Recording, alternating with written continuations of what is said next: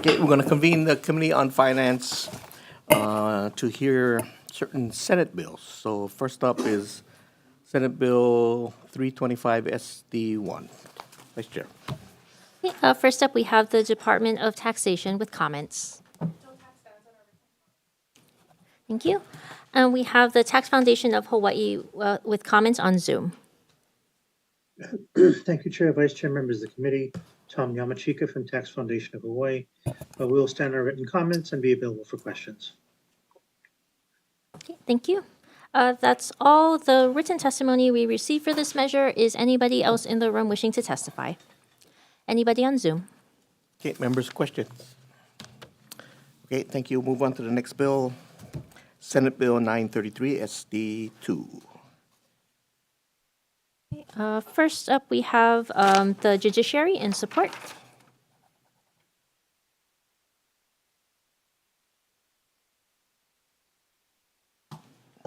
Good afternoon, Chair, Vice Chair, members of the committee. Brandon Kimura, the judiciary. Thank you. We have Hawaii Youth Services Network in support on Zoom. Aloha, Chair, members of the committee. I'm Judith Clark, Executive Director of Hawaii Youth Services Network, a statewide coalition of youth-serving organizations, and we are in strong support of this bill. Federal funding for nonprofit organizations provides critically needed services for vulnerable children, youth, and families. Federal funds provide housing, health care, educational services, and protection from child abuse and domestic violence. We need these services so that children and youth can grow up safe, healthy, and ready to succeed. Hawaii nonprofit organizations currently receive 630 federal grants totaling more than $1 billion in the current year. Hawaii Youth Services Network alone has more than $2 million in federal funds for services to homeless youth that are at risk. As the federal fund administration works on cutting funding for essential services, it is equally essential for our state government to ensure that the most needed services are able to continue. Thank you for this opportunity to testify. Thank you. We have Aloha United Way in support on Zoom. Not present. We have Catholic Charities Hawaii in support.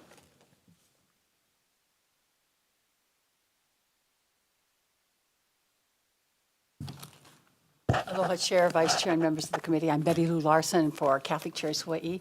We really ask you to consider this bill because nonprofits are at a crossroads. We're really at a financial crossroads. You know, many of us are in deficit already, and if we were at whole, maybe we could withstand these federal cuts that are coming, but we're already down there.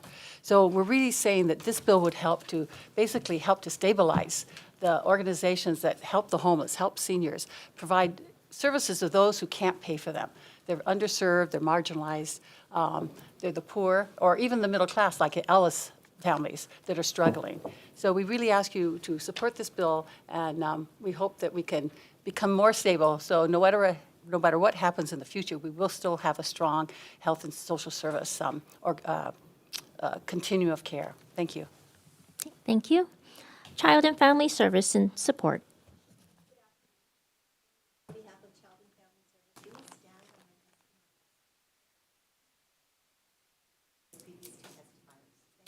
Thank you.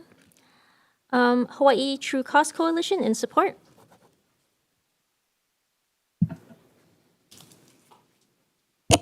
Aloha, Chair, Vice Chair, and members of the committee. My name is Hannah Leziak, and I'm here on behalf of the True Cost Coalition in strong support of SB 933. You have our written testimony, but just briefly, I wanted to emphasize that our coalition is comprised of over 70 community-based nonprofit organizations that provide crucial services for our most vulnerable populations. And with that said, the true cost of these services has increased far more dramatically than appropriations from contract increases have.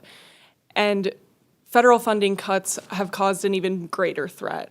So with that said, we believe that this bill would provide great support to the operations of these necessary organizations. I want to thank you for hearing this measure, and I'll be available for any questions. Thank you. Thank you. We have Hawaii Public Health Institute in support.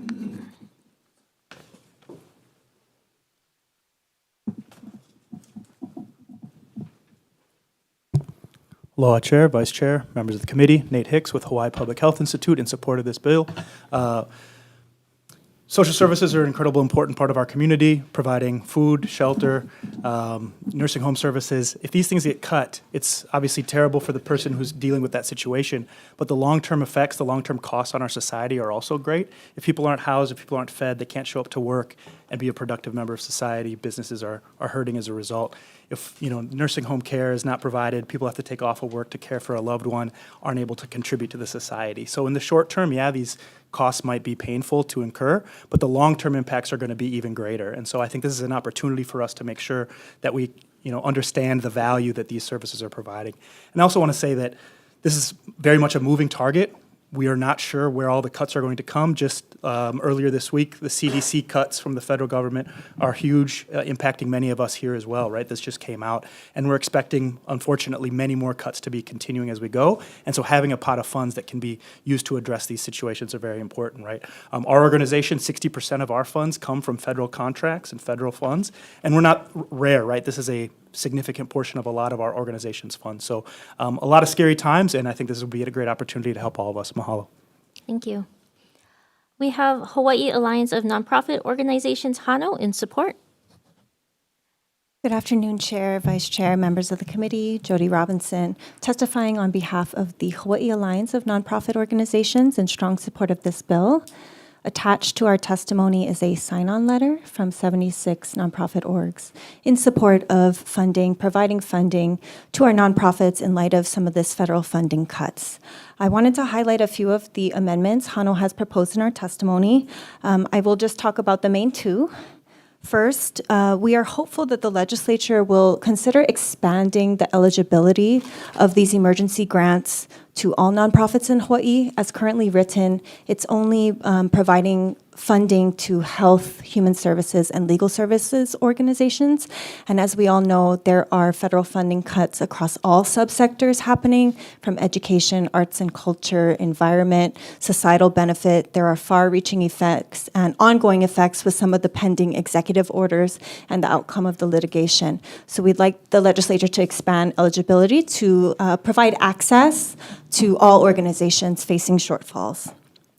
Second, we'd like to encourage that the lawmakers explore perhaps an expedited GIA process or reopen the existing GIA application process for accessing funds provided by this bill. And the reason is the existing GIA applications happened prior to the funding freeze, and of course, existing grantees have received funding for different projects. And as current needs have changed, we'd like to be reactive and reflective of that. This also provides an opportunity for new organizations to apply for this emergency funding and gives lawmakers an opportunity to kind of reassess where the current needs are and then make decisions based on the best available data.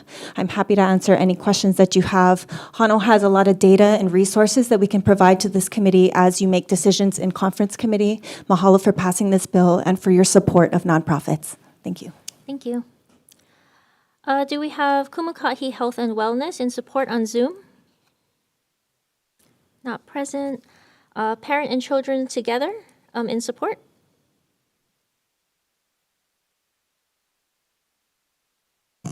Aloha Chair, Vice Chair, members of the committee, Tricia Kajimura for Parents and Children Together, or PACT. We're in strong support of this bill, and I wanted to share a little bit about how federal funding cuts could impact PACT. We provide early learning services, Head Start, Early Head Start on Hawaii Island and Oahu. That is our largest federal grant. We also have federal funds in our state contracted programs, such as in-home or youth behavioral health services, domestic violence shelters, child welfare, and after-school programming for youth living in public housing. On top of the true cost issues, the cuts to federal funding will force us to reduce services. We are actively contingency planning, but we definitely could use the state's help in addressing this future challenge. Thank you. Thank you. That's all the people I have signed in. We also received testimony in support from the Hawaii State Energy Office, 25 other organizations, and 14 individuals, all in support. Anybody else in the room wishing to testify? Anybody on Zoom? Okay, members, questions? Okay, Representative Lloyd. Yeah, thank you, Chair. For Hano, thanks for being here. I had a real quick question, and you can send this to me offline. Sure. Of all the organizations, and I've been on your website, how many of your organizations have been active for 10 or more years? Do you have a breakdown of all of the nonprofits? We often see nonprofits created, during COVID or doing certain Kilauea recovery, right? Do you have a list of your nonprofits and the lifespan of those nonprofits for your different organizations? And you can send that to me off. I can send that to you. Hano is also working on a state of the sector report that's going to be released at the end of the year, and I'd be happy to do kind of a legislative briefing. Some of the data that we're connecting and collecting initially, overall in Hawaii, there are about 7,000 nonprofit organizations, but only about 5,000 of them are financially active, meaning they've filed tax returns. And then above of that 5,000, about 2,500 report income less than $200,000. So these are kind of small organizations. We don't have the best data for that. I also read a stat or got data from that there's only about 7 new organizations in the past couple of years. So that provides some context, and I'll follow up with you as far as the lifespan of the other orgs. Yeah, that would be great. And then in addition to that, I know Hawaii Community Foundation has their change framework. Do you have any information as to how they're aligning with that change framework or any SEDS that they might be aligned to? I don't. I know that they testified in support of the bill, but no, I can't answer that question for Great. you. Thank you. Thank you, Chair Ayod. Okay, thank you. Further questions? Okay, thank you. We'll move on to the next bill. Senate Bill 326 SD1. First, we have Department of Budget and Finance in support. Good afternoon, Chair, Vice Chair, members. Louis Oliveri, Director of Finance. Here to testify, and I'll stand on our testimony in support of this bill, but would just also like to make a comment that, the provision in statute that requires non-general funds to be self-sustaining does not just apply to revolving funds. They also do apply to special funds as well. So I'd be happy to answer any questions if you have. Thank you, Chair. Okay, thank you. Thank you. Tax Foundation of Hawaii with comments on Zoom. Thank you, Vice Chair, Vice Chair, members of the committee. Tom Yamachika from Tax Foundation. We will stand on our somewhat cynical comments and be available for questions. Thank you. Thank you. That's all the written testimony we've received. Anybody else in the room wishing to testify? Anybody on Zoom? Okay, questions, members? Okay, thank you. We'll move on to the next bill, Senate Bill 1464.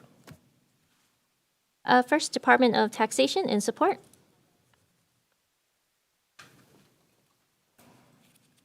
Good afternoon, Kristen Sakamoto, Deputy Director of Taxation. The department supports this measure, which is our annual conformity bill, and we just wanted to point out that there was one piece of federal legislation that may be relevant here, and that's the Federal Disaster Tax Relief Act of 2023. I'm available if you have any questions. Thank you.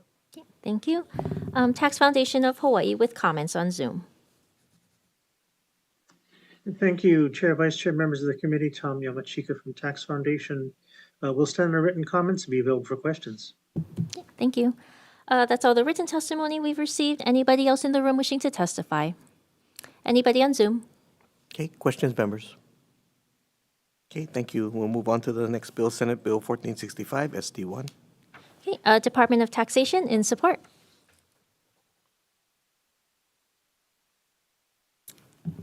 Kristen Sakamoto, Deputy Director of Taxation. We support this administration measure, which amends the PTE tax law. And basically, it just is intended to restore it back to the original intent to be revenue neutral. I'm available if you have any questions. Thank you. Okay, thank you.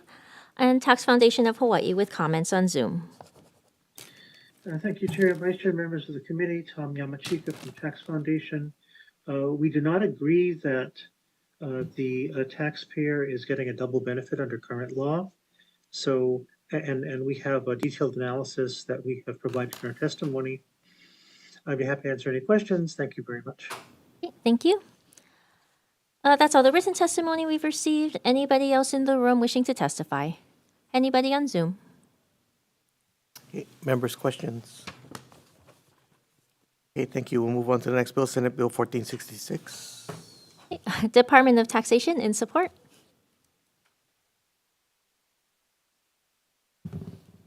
Thank you. Kristen Sakamoto, Deputy Director of Taxation. The department supports this administration measure, and just simply it addresses two features of the Earned Income Tax Credit. The first, it addresses an issue with respect to non-residents and the amount that they may claim, and also limits the carry forward for the Earned Income Tax Credit for tax year 22. Thank you. Thank you. Tax Foundation of Hawaii with comments on Zoom. Thank you, Chair and Vice Chair, members of the committee. Tom Yamachika from Tax Foundation. We'll stand on a written testimony, be available for questions.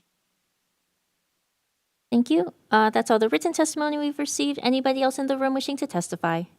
Anybody on Zoom? Okay, thank you. Questions, members? Okay, thank you. We're going to move on to the next bill, Senate Bill 1470. Okay, first, we have Department of Taxation in support. Kristen Sakamoto, Deputy Director of Taxation. The department supports this administration measure, and basically it just adjusts the withholding limitations to allow the department to more accurately calculate withholdings for taxpayers. I'm available if you have any questions. Thank you. And Tax Foundation of Hawaii with comments on Zoom. Thank you, Chair, Vice Chair, members of the committee. Tom Yamachika from Tax Foundation of Hawaii. We are in agreement with the rationale behind the bill. I'd be available for questions. Thank you very much. Thank you. That's all the written testimony we've received. Anybody else in the room wishing to testify? Anybody on Zoom? Okay, questions, members? Okay, thank you. Moving on to the next bill, Senate Bill 383 SD2. First, we have the State Procurement Office in opposition. Good afternoon, Chair, Vice Chair, members of the committee. Bonnie Kahakui, Administrator, State Procurement Office. We stand on our written testimony in opposition to this bill. While we acknowledge that prices have increased, this is a matter of transparency, fair, and equal treatment to all vendors. We provided data for you that shows the impact of the hundreds of small purchases that will be impacted, and also the dollar figure. So we're not talking small amounts. We're talking 15, 18 millions of dollars. Thank you. Available for questions. Thank you. We have the Department of Transportation in support.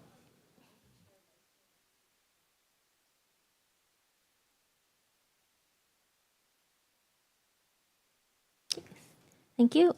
We also received testimony in support from the City and County of Honolulu. That's all the written testimony we've received. Anybody else in the room wishing to testify? Anybody on Zoom? Okay, questions, members? Okay, thank you. Moving on to Senate Bill 441 SD1 HD1. Okay, first, we have the Hawaii Symphony Orchestra in support.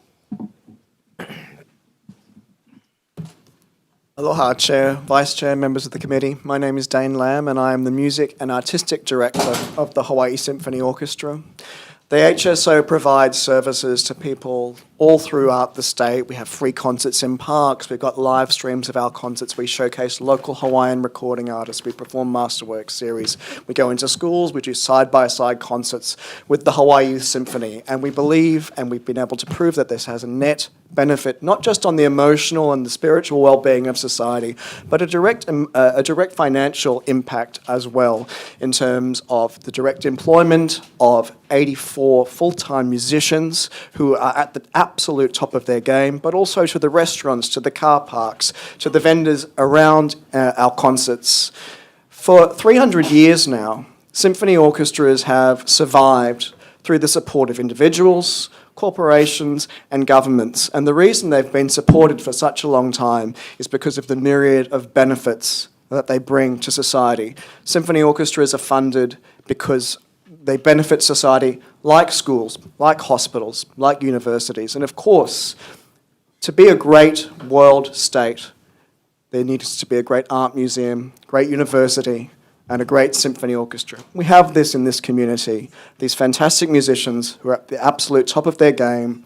They are the athletes, really, the elite athletes of the musical world. And not only do they give performances, but they teach our children, and that is invaluable. Without the Hawaii Symphony, these musicians would not be on this island.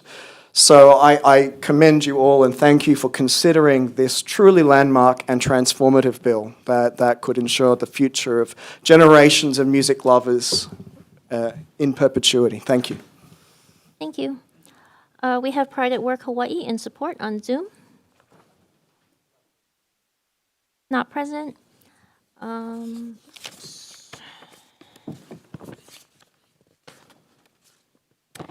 We have Tyree Jenkins in support.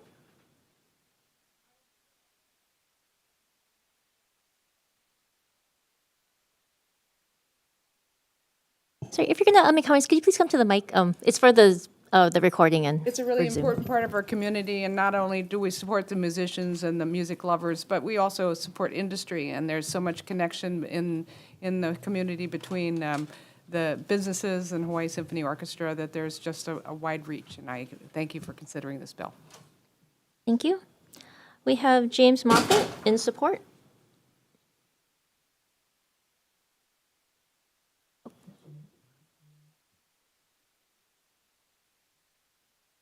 Hi, thank you. My name is James Moffat. I'm president of the Musicians Union, as well as a clarinetist in the Hawaii Symphony Orchestra, and I stand by my testimony. Thank you for hearing this.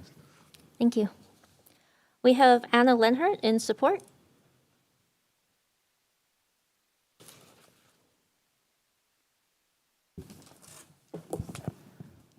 Make sure I can be heard on this. I'm a brass player, so normally I don't deal with microphones since we're usually loud enough. Aloha, my name is Anna Lenhart. I'm the principal horn of the Hawaii Symphony. And after moving here, I also began teaching at Punahou, BYU Hawaii, as well as performing chamber music with Chamber Music Hawaii around the state. 3 days ago, I traveled to the Big Island with 4 fellow brass players. Between our 9 a.m. arrival and our 8 p.m. departure, we played 3 different concerts in Hilo, Laupoehoe, and Honoka'a. After each concert, we were flocked by really excited attendees, and it was especially exciting at Hilo High, where all the brass students chose to spend their lunch break, excitedly asking us questions about practice routines and career paths and playing techniques. I did notice one student who was kind of hanging on the fringe, and I, went up to her and asked her, oh, do you play an instrument? And she's like, yes, I play the flute, and you guys were great, but it would be much better if you brought the whole symphony. And I promised her we are working on it, so here I am. So how would designating the Hawaii Symphony Orchestra as the State of Hawaii Symphony Orchestra help your constituents? When I won the principal horn audition here in 2018, I heard a lot of musicians referring to the Hawaii Symphony as the frequent flyer symphony. Many musicians saw the symphony as just another low-paying but fun gig to take at the start of your orchestral career and then move on to something bigger. So lots of people, they lived in New York or LA and flew in every couple months to play a concert, drink a few Mai Tais, and take all their expertise back to the continent, since it just didn't make financial sense to move here. But Hawaii deserves a lot better than just being a rotating door for people beginning their orchestral career. You, as a state, we deserve to have the highly trained musicians who can not only live here, but teach here, perform here, and mentor here. Investing in the symphony gives us musicians the ability to invest back in Hawaii because we want to stay here. We want to stay for all the quiet kids who find their voices through music lessons. We want to stay for the kapuna who sing along to our Christmas carols when we get to go play in their retirement centers. We want to stay for when we had a Beethoven concert a few months ago. There was just silence, and we just heard a woman whispering, "Wow," into the silence after the last chord. And I want to stay for that flute student who really wants a symphony concert in her hometown. We want to stay here and build community because music connects people in a way that transcends language and cultural barriers, and it will bring more peace and understanding. You know, the phrase is, music soothes the savage beast, and there's a lot of raging going on in the world right now, and it could use some music. With our current resources, we can't bring the soul healing music to Hilo yet, and to everyone else who wants and needs it. But this bill will enable us musicians to not only stay in Hawaii, but to expand our influence to neighbor islands and underserved communities. So thank you for helping us help your constituents. Thank you. We have Ginny Tu in support.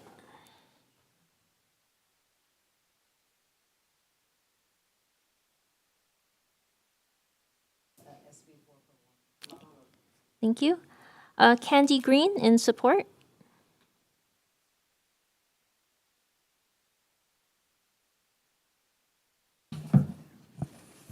Thank you, Chairman, Vice Chairman, and members of the committee for the opportunity to speak today. I'm here as a private citizen. I strongly believe that even in these times of economic uncertainty, it's more vital than ever to the well-being of Hawaiian Ohana community and societies writ large that the Hawaii Symphony Orchestra, also known affectionately as HSO, serve the state's people in more places than ever before. Research has proven irrefutably that our brains are wired to receive and respond to music from the time we are born until the day that we die.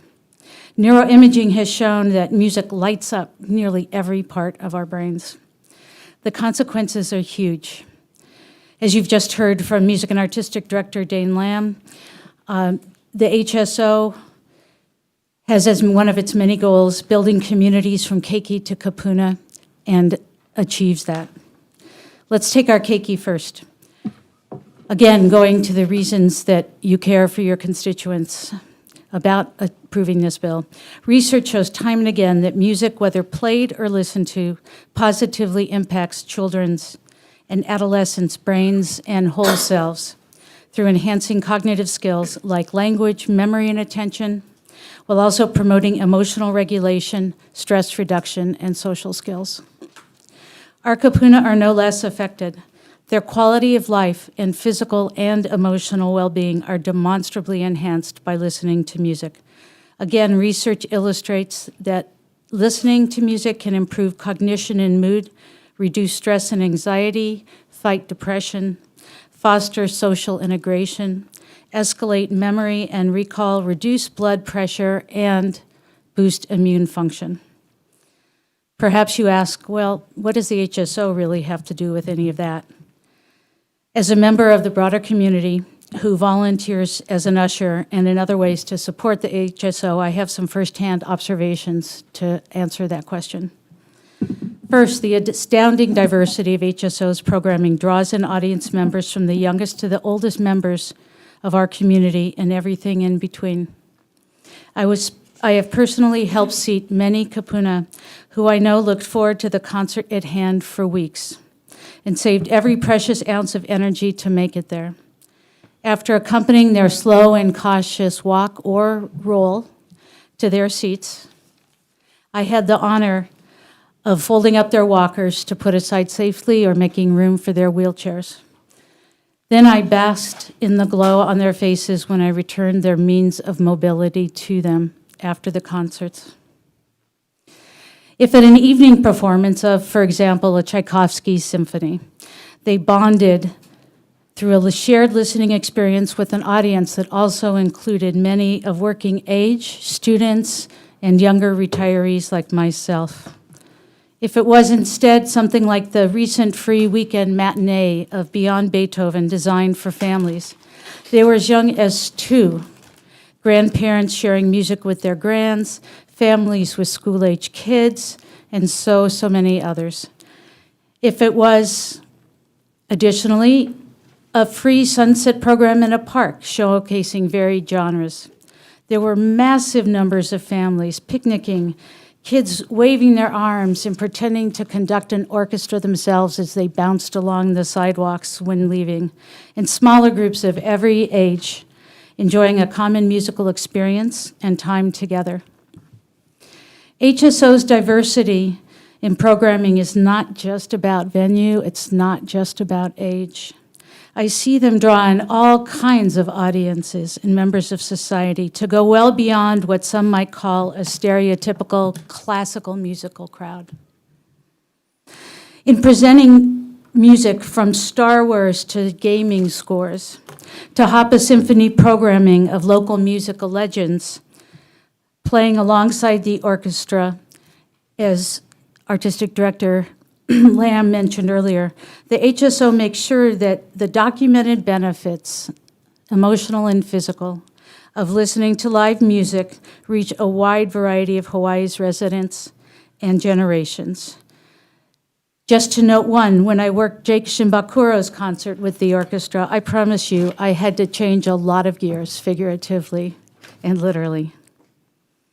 HSO itself, both literally and figuratively, is one of the cornerstones of a Hawaiian musical ecosystem that can be meaningfully nourished further through your positive decision. You might not be surprised to hear that I listen to Hawaiian Public Radio on a daily basis. I have been charmed, thrilled, and amazed to hear Shireen Taba's interviews of a number of school-age musicians and musical directors from a range of Hawaii's elementary, middle, and up through high schools. She also broadcasts many of the subject's performances. The breadth and diversity of kids and directors and the schools represented is astonishing, as is the quality of the music I have heard. What a living treasure we have here to be further enriched. I did some research of my own and discovered that UH Manoa's outstanding program in music education deserves at least some of the credit. According to their statistics, during the last 5 years, more than 80% of the graduates from their undergraduate and post-baccalaureate programs obtained full-time positions teaching in the music field across the state. Some of the credit must also go to the individual musicians of the HSO, as you've heard about today, and other staff who have engaged in teaching at multiple levels, including on the staff at UH, and go into the libraries and schools and other venues to offer the free program, and through their presentation of free talks for a variety of ages and kids, and from kids to kapuna and everything, again, in between. A thriving symphony offers a professional home to these givers of themselves and their time, who are also world-class professionals. As the officially designated state orchestra, and with increased funding, HSO would be able to model for so many more keiki across the islands how to dream big about a career in the arts and enhance the ways in which they can strive towards those aspirations and benefit along the road just by trying.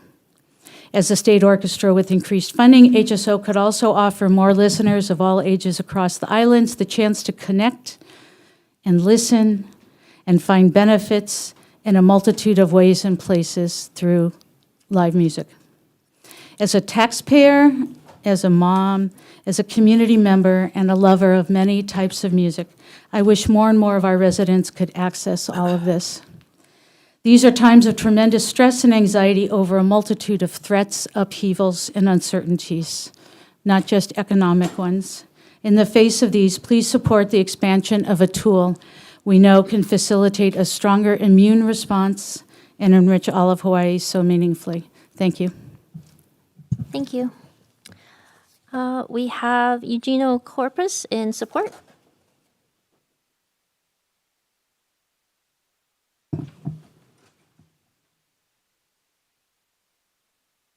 Aloha Chair, Vice Chair, members of the committee.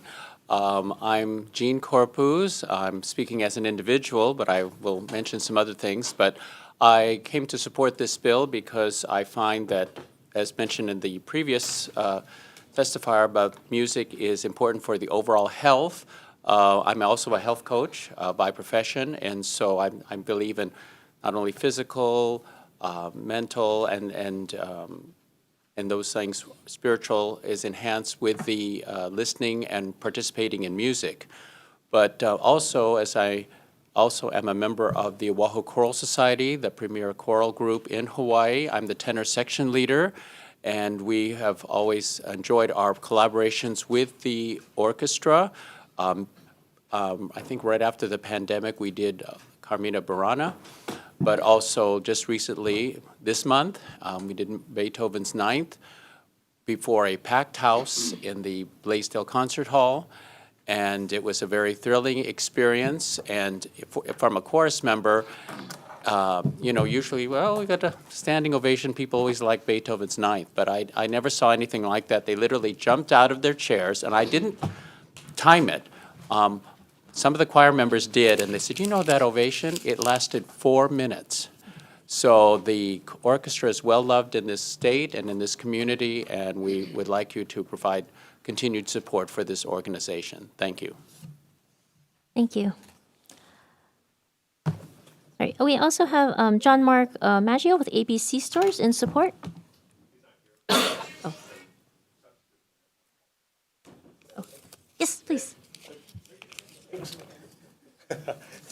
I am Paul Kosasa, President and CEO of ABC Stores, also the chair of the Hawaii Symphony Orchestra Board. So if you're a Star Wars fan, this is your lucky day, because this weekend we are playing Return of the Jedi live in front of the movie screen. Words cannot describe the performance of the orchestra, but if you go, you will feel the emotion and the passion and the joy that the orchestra performs for our community. Nobody owns the orchestra. It's not like I own it or anything like that. It belongs to our citizens. It belongs to our community. And like London, Tokyo, Berlin, New York, you name the city, all of them have great orchestras, and so should Hawaii. And so I strongly support this bill. Thank you for allowing me to testify. Thank you. That's all the people I have checked in to testify. We also received testimony with comments from the State Foundation on Culture and the Arts, 7 other organizations in support, as well as 1 individual with comments and about 150 individuals in support. Is there anybody else in the room wishing to testify? Please come forward.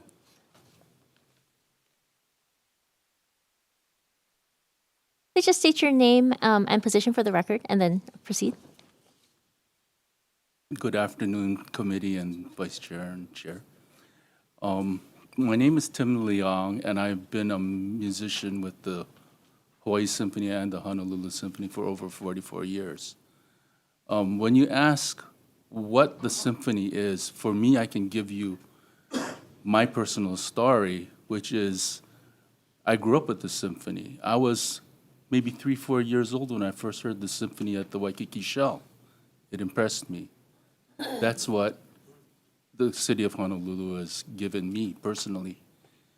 When I went to school, I passed the test that the state put into the program, and a man brought a whole bunch of violins that taught the children. And that's how I got interested in music. My teachers were all from the symphony. That's what you support when you support the symphony. People like me, we're very much the same, but the opportunity to play music is very rare, and I think very valuable. I look at the children in our community, and the symphony supports all of their education, their personal lessons, and gives them the opportunity to one day perhaps have my position in the symphony. This is what you support. And this is what you perpetuate, the hope that the children can participate in music. And I would like to say that, in my opinion, music best represents our humanity through the sound and voice of music. It's just the way we communicate, and hopefully in our community we'll pass this on to our children. Thank you. Thank you. Had someone please come forward? My name is Chris Benjamin. I had intended to testify, but in the interest of time, I'll testimony and strong support. Okay, thank you. Anybody else in the room? Please. Please just state your name and position for the record. Aloha, I'm Randy Wong. I'm President and CEO of Hawaii Youth Symphony. I'm also a musician in Hawaii Symphony Orchestra. Born and raised, grew up here. Just wanted to say that, on behalf of young people who are seeking a place in this world, who understand that they, they love music, they love the arts, and the Hawaii Symphony Orchestra provides an opportunity for them to dream courageously.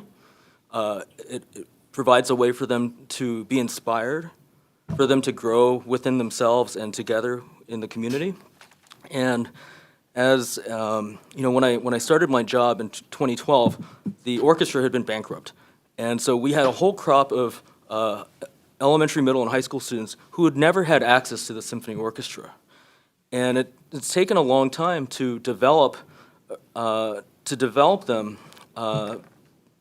In light of not having access to the orchestra. And now that the symphony is back, now that they have incredible leadership, both at the staff level and with their board, this is an organization that HYS is proud to be a strategic partner with, to have an alliance with. When you look at my written testimony, you'll see that I talked about side-by-sides and different ways that the orchestra provides mentorship. And all of these connections are so important to our young people. And whether or not they go into music, that's not the point. We've got folks who are architects, like Tim Leong, who just spoke to you, an architect. We've got people who are bankers, developers. They have access, because they had access to the arts, because they had an orchestra that is, specific to Hawaii, it makes our place a better place. So I'm fully in support, and just wanted to say thank you for hearing the bill. Thank you. Please come forward. And just state your name and position for the record. Aloha Committee, Vice Chair and Chairman. My name is Miley Reeves. I've been a member of this orchestra for 30 years. And thank you for allowing me to testify today. My colleagues have been pretty thorough in what I thought I was going to say. So I'm going to say something else. I would like you to know, Randy had mentioned a bankruptcy, and that was very unfortunate for the Honolulu Symphony. And since then, the musicians continued to, we just wouldn't let it die, because we really wanted to serve the community. And we love doing that, and we've seen how it changes people. And it's been a long time coming, but we've had board members who helped us start this basically from scratch again. And now I want you to know that at this juncture, we have such a strong board. We have an amazing management, and we have musicians who are fully supportive of both of those entities. We are poised for success, and we're already attaining that. As some other folks had talked about our Beethoven 9 concert, that's just one of a few concerts. It wouldn't be possible to do what we do without them. And really what we want to do is serve. That's what we want to do. We take great joy in that. And so I'd like to share a couple of instances where I did get to see that. Years ago, remember Hurricane Iniki, when Hurricane Iniki hit, and we went to Kauai to play a concert. I thought, why are we doing this? They've got bigger fish to fry here, and there are people with no roofs on their heads. And but we went there, we set up at KCC Amphitheater, and we set up a tent, and we started to play it, and there were probably about 2,000 people who showed up to that concert. And at the end of that concert, everybody stood up en masse, and as we played Hawaii Aloha, everybody joined hands and sang. It was the most beautiful thing I've ever seen come together. It was amazing. Another instance where we were on a neighbor island performing, we'd given a youth concert, and this little boy came up and he said, "I loved your concert. I'm going to bring my grandma to your concert." Okay, I said to him, "Be sure to introduce her to me. I would love to meet her."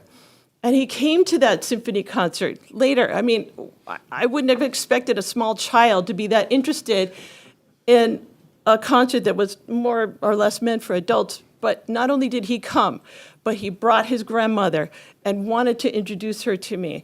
And it was just to say, thank you for playing this music. That was really touching to me.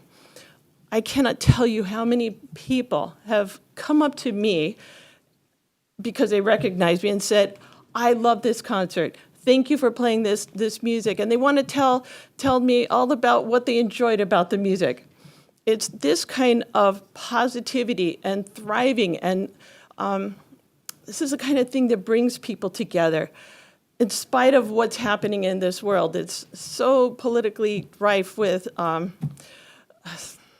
so much dissent. But this is one way we can bring our community together. And it doesn't matter who we are, where we're from, what we believe.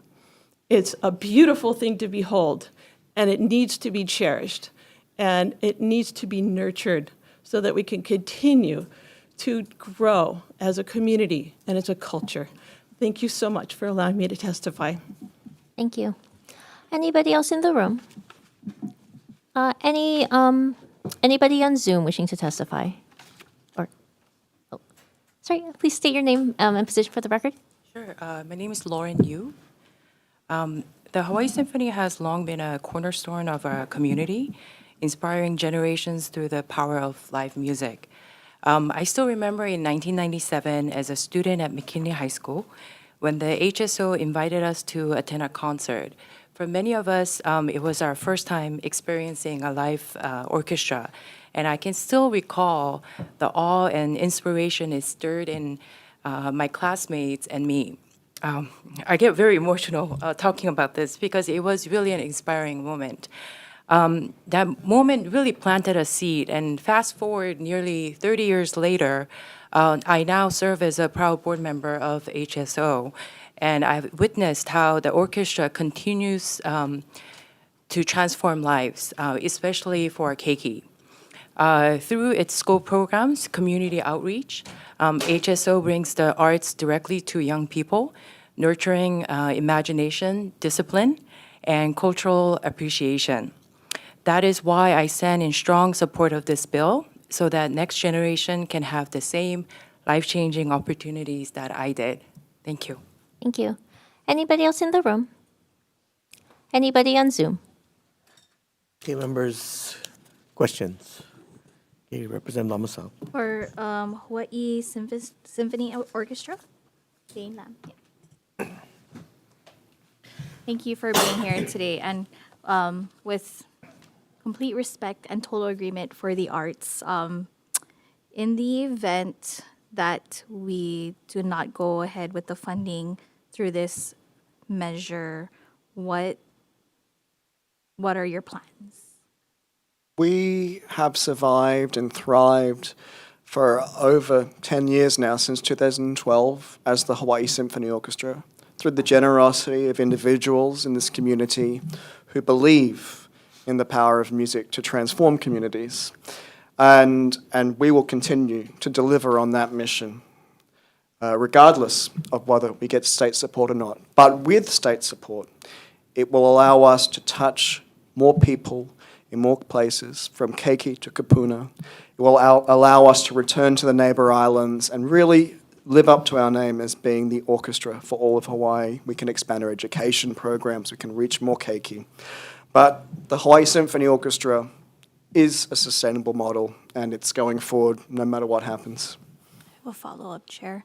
Please. So this bill allows you folks to be exempted basically from GIA. Would you be willing to come back next year and go through the GIA process? Because I did see that you guys have an application for $250,000 already for this year. So I was wondering if this is something, the additional $1 million that you guys are, or $500 for this fiscal year and then next, is that like something that you'd be willing to basically apply for in the next GIA process? To apply for the funding that would come as part of this SB 441 bill? Or? So you guys, for SB 441, you folks are asking for an exemption from the GIA process, but you have an application right now for $250,000 for operational costs. Would you be willing to come back next year and ask for the $1 million that you have? Yeah, for we're willing to do whatever it takes to take more music to more people. But the advantage of this bill, of course, is that it recognizes the integral role that the orchestra plays in the state. It mirrors such initiatives by states like New Jersey, like Utah, like South Carolina, and closer to home, the city has commendably had the vision to support the Royal Hawaiian Band to the tune of over $3 million a year. And so we really believe in our mission to bring music to people, to change lives. I don't disagree with what you're saying, but I'm just thinking out of principle with, we do have our HRS, Chapter 42F, in place for a reason. And so it's basically giving you an exemption among all the other nonprofits that have applied for GIA, an exemption. Do you see what I'm saying? Yes, yes. So that's what I want you folks to think about when we're doing things like this. But that's all I have. Thank you. Thank you. Representative Deloy. Thank you, Chair. Mr. Salaveria, I know this isn't a topic for you, but if you don't mind coming forward, I have a quick budget and finance question around this topic. I promise it's not loaded. Hello, Representative. Yes. Thank you for being here. I learned a lot in this committee, and one area that our chair mentioned is when we do bonds, we provide a portion of that bond for art in public spaces.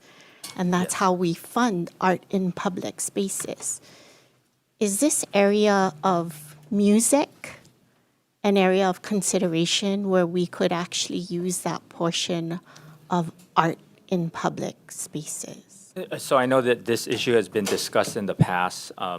The concern from Budget and Finance when we utilize bond proceeds, because bond proceeds by definitions are expenses that we pay over 20 years. And the provision that allows for the 1% of all capital improvement projects in the state of Hawaii to be used for it is primarily for the acquisition of long-lived assets. So fixed Yeah, asset. so Got it. unfortunately, Okay. this wouldn't be in that particular category. Right now. Yeah. Yes, right now. Okay, thank you. Thank you, Chair. I yield. Okay. Good answer. Okay. Hawaii Symphony again, please. Anybody else? Okay. So I know that there was troubling times where went through some challenges, but in the past, the legislature has fronted money to the symphony to establish an endowment. And what happened to that? And maybe a little history for the committee. To the endowment? Yes. It's still growing. Okay. The endowment sits and it's administered by a separate nonprofit, the Honolulu Symphony Foundation.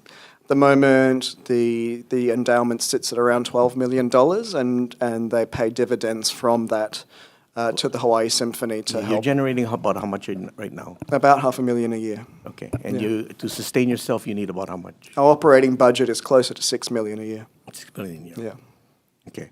So even with this, then there'd be still challenges that you'd need to raise. What?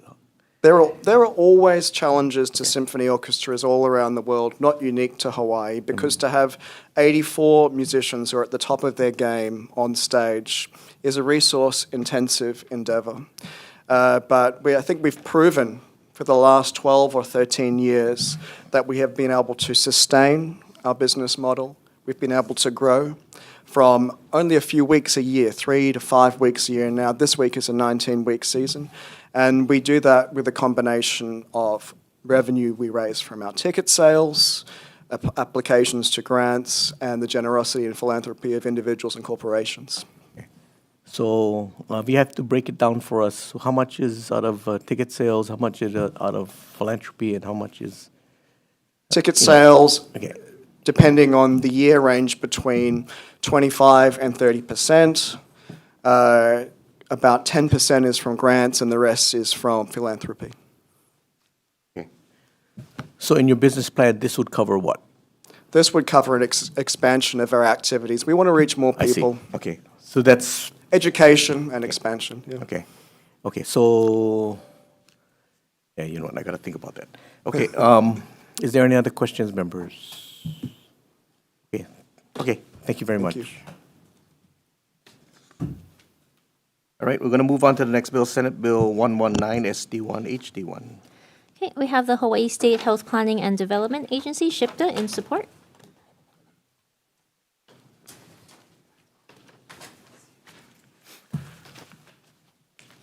Aloha, Chair, Vice Chair, and honorable members. Jack Lewin, Administrator of SHPTA. As a physician, and we're about 800 physicians short in the state. We require working with nurses as partners to really produce what we need in healthcare here, and we're 3,000 nurses short. So I'm in awe of the stewardship that you all bear in terms of deciding how to allocate limited resources to what's most important in the state. I just want to say that, first of all, Maui's workforce problem is more acute than the other islands. Number one. Number two, the nursing shortage is unacceptable. So this would be a fantastic investment to get a BSN nursing school on Maui. Thank you very much. Thank you. Do we have the University of Hawaii system in support? Yeah. Aloha, Louis Hokuman, I'm the Chancellor at Maui College, and we stand on our testimony and standing by for questions. Thank you. Okay. Thank you. Members, we also received testimony from the Office of Hawaiian Affairs, 5 organizations, and 4 individuals, everybody in support. Is there anybody else in the room wishing to testify? Anybody on Zoom? Okay, members, questions? Nothing, Tyson? No? Okay. Chancellor, I'll just ask you a real quick question. So, the legislature gave some money to the college to do proof of concept on working with the hospital, and part of it was to look at things like this, right? So, do you have any update? Yeah, and actually that bill is coming back. You're talking about the CNA to LPN glide. We have almost 200 nurses in that pipeline, so it's tremendous, and that's why this is the next step to go to a BSN. Okay. But whatever happened to that the work that was being done? Is there any? Because it was money to like have you and you had people working on it within the campus. Do you remember that? Yeah, so actually it's the CNA to LPN, Yeah. but what they're doing is they're doing their work at the employer's place, right? So, for example, at Kaiser, at Halemakua. Okay. So we have 200 nurses, CNAs to LPNs in Okay, I there. understand. So the employers are providing the work practicum side, they're earning while they're learning, and then we're beaming distance learning. So statewide, that program is statewide, actually. I'm sorry, every place but Honolulu. We stay Kauai, Hawaii, and Maui, and then this year we'll start a cohort on Molokai. Very good. Okay, thank you. Further questions, members? Okay, thank you. Moving on to the next bill, Senate Bill 657 SD1 HD1. First up, we have the University of Hawaii system in support.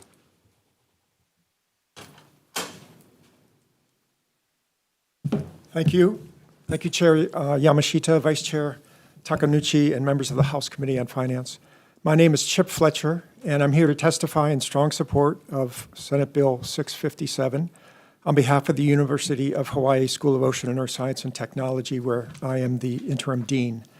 I'm joined today by several members of the research team who would constitute the center that we are asking to fund. Why don't you briefly stand up? These folks are local climate scientists, researchers, and graduate students at the university who study and model sea level rise, flooding, coastal erosion, heat, storminess, and other climate hazards to project their impacts on Hawaii communities. We are the only team in the state conducting this applied research. The projections are ultimately used to support climate-resilient development and climate-resilient infrastructure to safeguard our communities to these increasing threats. No less than 8 separate laws and policies already have been passed that are dependent on our data, and we hope for more to be enacted in the future. These are listed in our submitted testimony. You have our written testimony, so I won't belabor this point, but our data, modeling projections, and research are utilized in several state and local policies for planning, regulatory, and policy decisions. As it stands, our research is entirely dependent on federal grant funding, And as you lawmakers well know, the new administration is using its best efforts to stop this funding and even claw back money allocated for climate research. Our research abides by the principles of climate resilient development, which formally means we make it a point to work with underserved, lower-income communities in developing adaptation solutions to climate change that are equitable to everyone. We have a current project in Ko'olapoko that is winding up, and we have a new project that is starting in the Waianae Moku. In addition, we collaborate and maintain working partnerships with state and local government agencies, offices, and departments. The requested $3 million will go to support salaries for researchers, 4 PhD level scientists, 5 master's degree level researchers, 6 graduate student researchers, and 1 administrator. I come at no cost to the project. Each one of these young scientists is either from Hawaii or has made their home in Hawaii and are working for the betterment of life in Hawaii. This is purposely a highly diverse group consisting dominantly of women, Native Hawaiians, Pacific Islanders, Hawaii-born scientists, and all of them are working to make their permanent lives in Hawaii as scientists. For a single year, our salaries and fringe alone, without university overhead, travel costs, or any other supplies, is $1.84 million, including the 45.5% overhead that the university charges. A single year of this operation without travel or other supplies is $2.68 million. We are not asking for a one-time supplement. We are asking that this highly applied science be supported by state funds perennially. In exchange, we are a highly responsive group to requests from state and county agencies, NGOs, consultants, and other groups focusing on climate adaptation. We will happily submit an annual report to the legislature and provide an annual climate change briefing of the latest information relevant to Hawaii. We sincerely appreciate your House Committee on Finance considering this measure and available for any questions. Thank you very much. Okay, thank you. Do we have Keone Dudley in support on Zoom?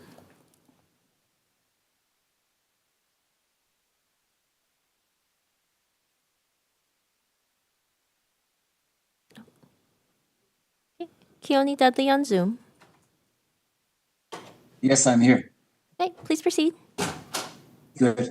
I'm Dr. Keone Dudley. I created the 1-hour video titled The New Hurricane Threat for Hawaii. I stand in strong support of this. I think that, we've only had 10 bills concerning hurricane that are still alive, and this is one of them. So, I really think that this is a valuable program. I think that it's something that is going to be great for the University of Hawaii and SOEST. And I strongly and hope that you will vote yes for it. Thank you very much. Okay, thank you. That's everybody we have checked in. We also received testimony and support from the Department of Health, Department of Land and Natural Resources, the State Office on Planning and Sustainable Development, the Climate Change Mitigation and Adaptation Commission, and the City and County of Honolulu Office of Climate Change, Sustainability and Resiliency, as well as 4 organizations and 3 individuals, all in support, and 1 individual in opposition. Is there anybody else in the room wishing to testify? Oh, please come forward. Please state your name and position for the record. Thank you. Michael Kane, on behalf of the Department of Land and Natural Resources. I might have checked the wrong box when I submitted. Anyway, we stand by our written testimony and support. I wanted to add that we are one of the departments that rely heavily on the research that comes out of this group. And we think that it's important that the center be funded and controlled locally. So we would be testifying in support regardless of the current turmoil in Washington. We think this is an important center. And we are available for questions. Thank you. Thank you. Anybody else in the room? Anybody on Zoom wishing to testify? Questions, members? Representative Grandinetti. Hi, I have a question for Dr. Fletcher. Thank you for being here. since we're in the Finance Committee, can you share some of the statewide economic impacts that this would have beyond to the university and to the researchers you brought today? Absolutely. Thank you for the question. So our research identifies every foot of road, every single parcel and house that is vulnerable to sea level rise at 1 foot increments of sea level rise. This is roughly every 15 years as we move into the second half of the century. So there are economic aspects at the state level with regard to transportation systems. And as you know, underneath most roads and bridges are where a lot of the buried infrastructure runs. So we provide projections of where these are threatened by sea level rise. Our work with single-family homes also will hopefully backstop a managed retreat program in this state that has yet to be formulated. But it would be a science-based program that would rely heavily on our data. Lastly, not everybody is aware, but at the highest tides of the year, salt water comes out of our gravity-based drainage systems in Kaka'ako, Iwalei, and Waikiki. And if it happens to be raining at that time, there's no drainage. We had this happen in December of 2021. On Kalakaua Avenue, the water was 2.5 feet deep. That is sea level rise as it first manifests itself. Lastly, the Intergovernmental Panel on Climate Change 2 years ago, all 240 scientists voted unanimously that they had high confidence in the statement, sea level rise will continue for centuries to millennia. This is a permanent new condition. We need maps and scientific information to change our policies so that we can make Hawaii safer. The most expensive version of this is waiting to do it at the last minute. Thank you. Thank you so much. Okay, thank you. Further questions, members? You can stay there. Real quick question for you. So,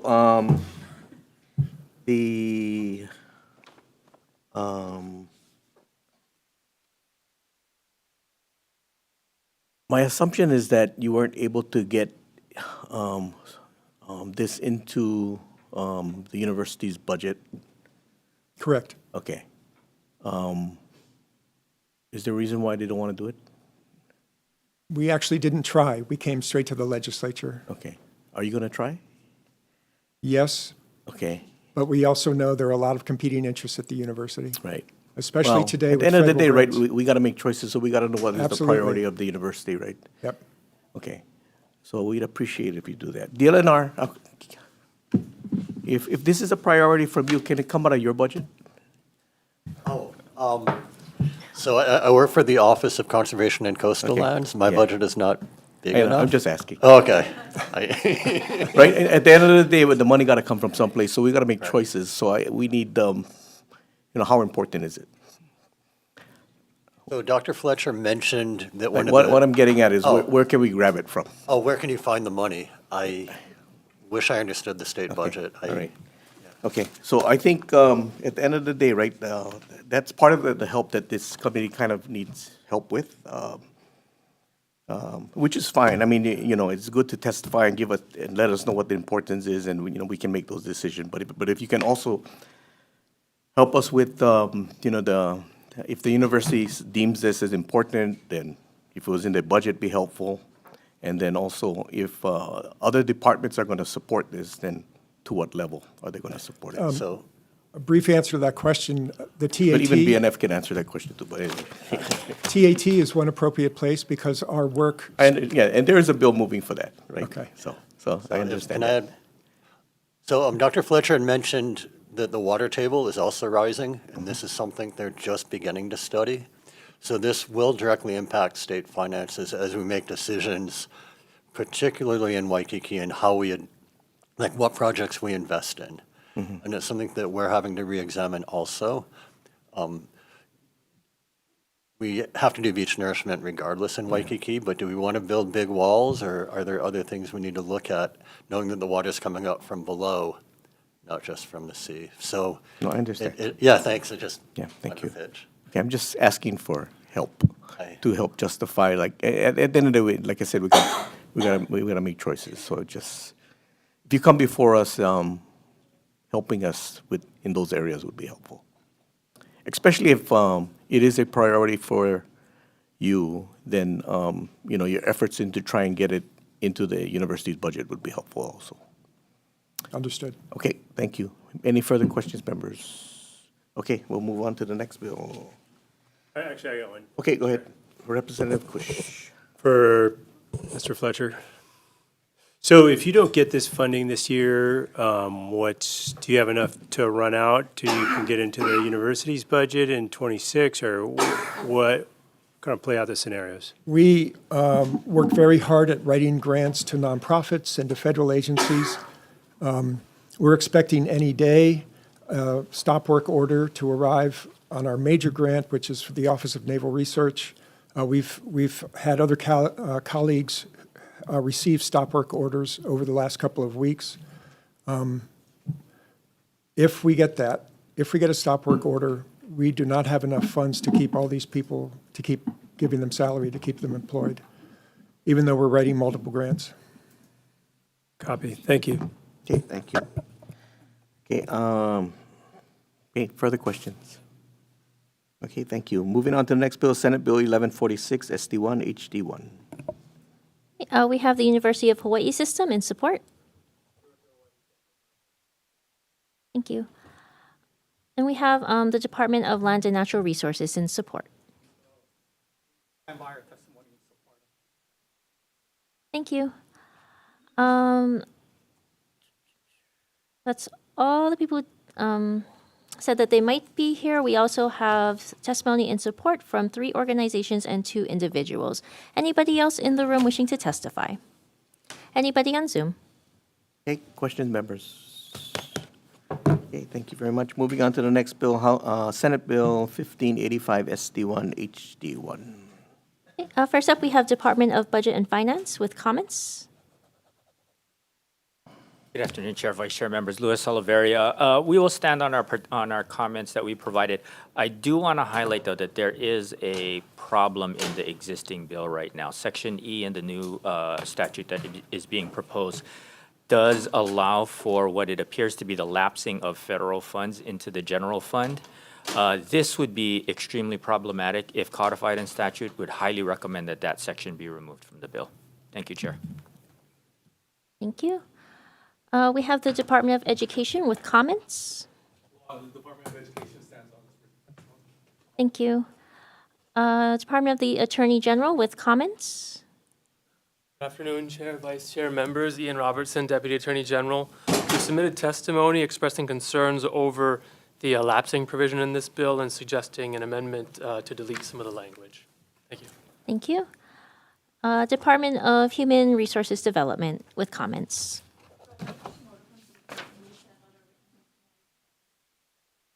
Thank you. Hawaii P20 Partnerships for Education with comments. Good afternoon, Chair, Vice Chair, members of the committee. Stephen Schatz, Executive Director of Hawaii P20 Partnerships for Education, and also serve as the State Director for Career and Technical Education. We stand on our written testimony, offering comments, and happy to answer any questions that you may have. Thank you. We also received testimony with comments from the University of Hawaii System and DBED. Is there anybody else in the room wishing to testify? Oh, please come forward.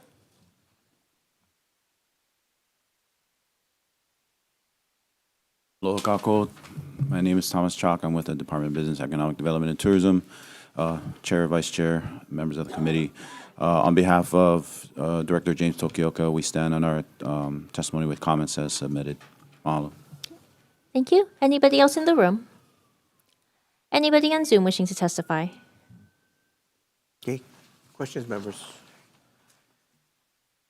Thank you. Moving on to the next bill. We're on 440. Yeah. Okay, moving on to Senate Bill 440 SD2 HD1. We have the Department of Education with comments.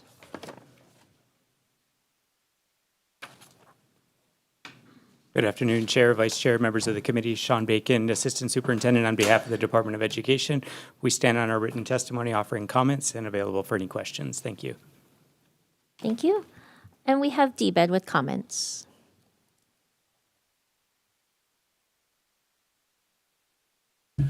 Aloha, Chair, Vice Chair, members of the committee. Thomas Chalk from the Department of Business, Economic Development, Tourism.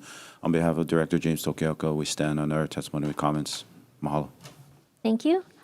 We also received testimony in support from the Office of Hawaiian Affairs and the Chamber of Commerce Hawaii. Is there anybody else in the room wishing to testify? Anybody on Zoom? Okay, thank you. Questions, members? Okay, thank you. We're going to move on to the next bill, Senate Bill 1526, SD2 HD1. Okay, first, we have the Department of Transportation in support.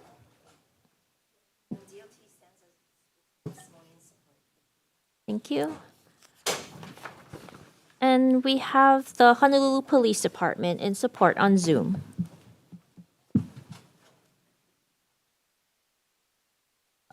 Not present. Okay. Members, we also received testimony and support from the Department of Health, Department of Law Enforcement, Hawaii County Police Department, County of Hawaii Office of the Prosecuting Attorney, Maui County Department of the Prosecuting Attorney, and OMPO, all in support.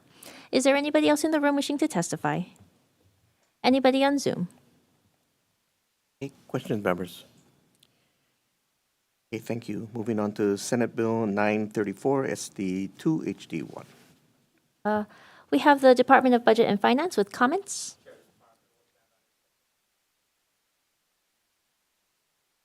Thank you. That's it. We also have comments from the Honolulu Authority for Rapid Transportation, HART.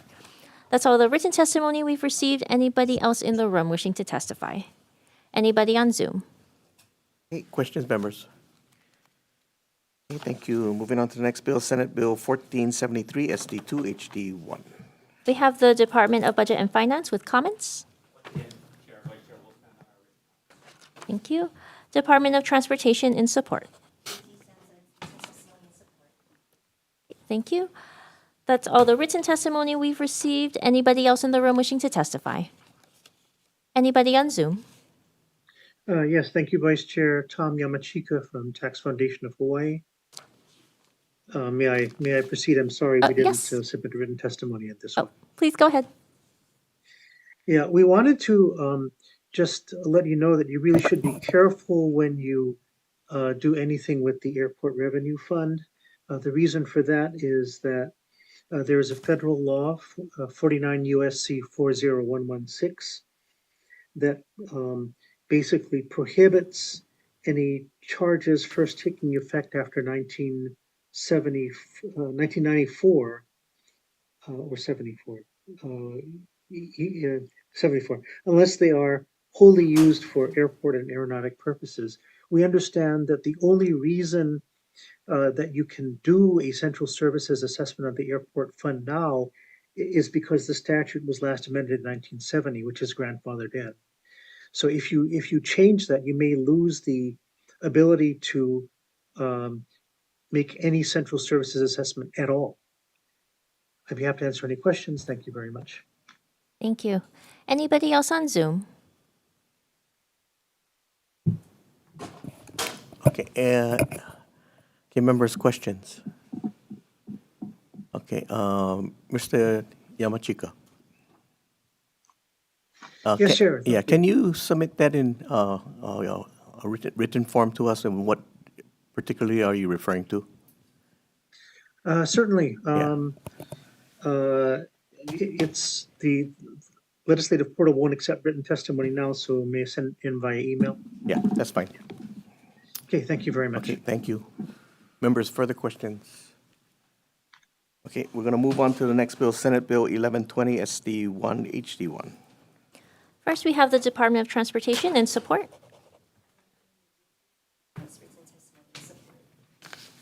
Thank you. We have Nesty in support.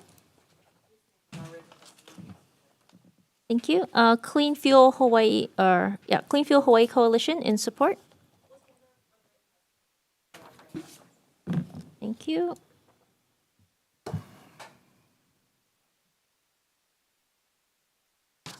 Okay, that's all the people who indicated they'd be here. We have another 10 organizations in support, 2 with comments, and 1 individual in support. Is there anybody else in the room wishing to testify? Anybody on Zoom? Okay, members, questions? Okay, thank you. Moving on to the next bill, Senate Bill 21 SD2 HD2. First up, we have DCCA, Division of Consumer Advocacy, with comments. Chair, Vice Chair, members of the committee. Stand on our testimony. Thank you. Department of Transportation in support. Thank you. Department of Agriculture with comments.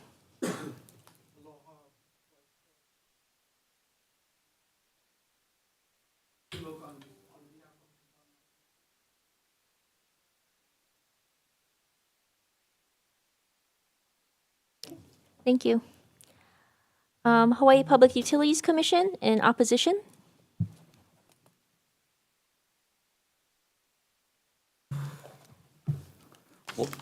Aloha, Chair, Vice Chair, members of the House Committee on Finance. My name is Andrew Okabe. I'm a utility analyst at Public Utilities Commission.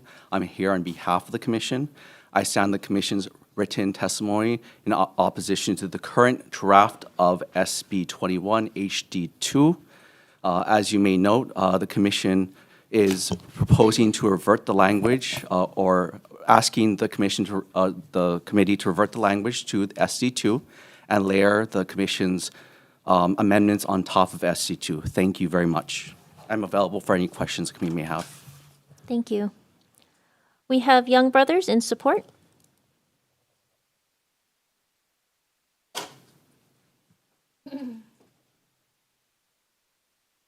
Good afternoon, Chair, Vice Chair, members of the committee. My name is David Veltri, and I'm an Associate General Counsel at Young Brothers, and I'm appearing on behalf of my boss, Chris Nakagawa, who's the Vice President of Legal and Government Affairs. So the measure before, I just wanted to highlight a few things. We stand on our written testimony in support, and I wanted to highlight a few things for this committee without going through the entirety of my testimony, but I just wanted to highlight that this bill is the result of the Hawaii Water Carrier Working Group's recommendation.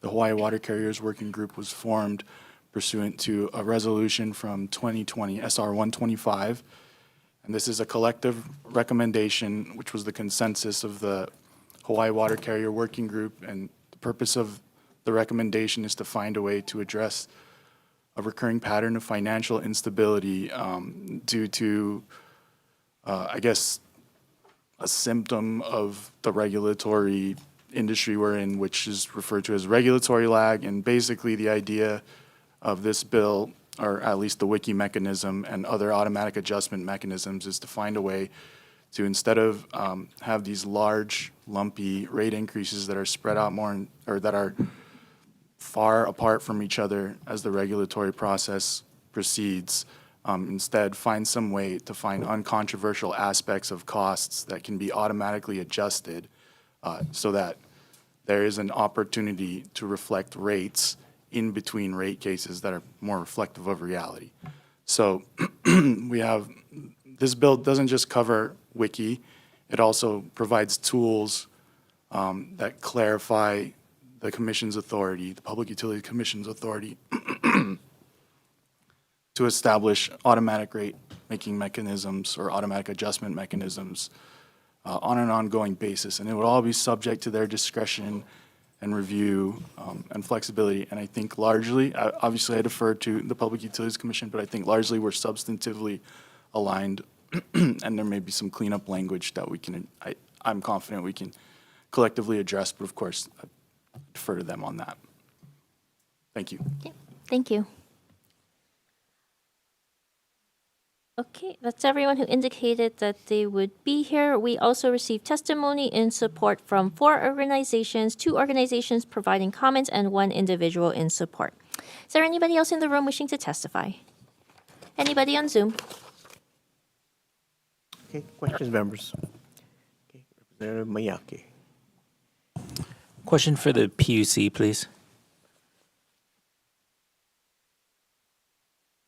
Yes, Representative.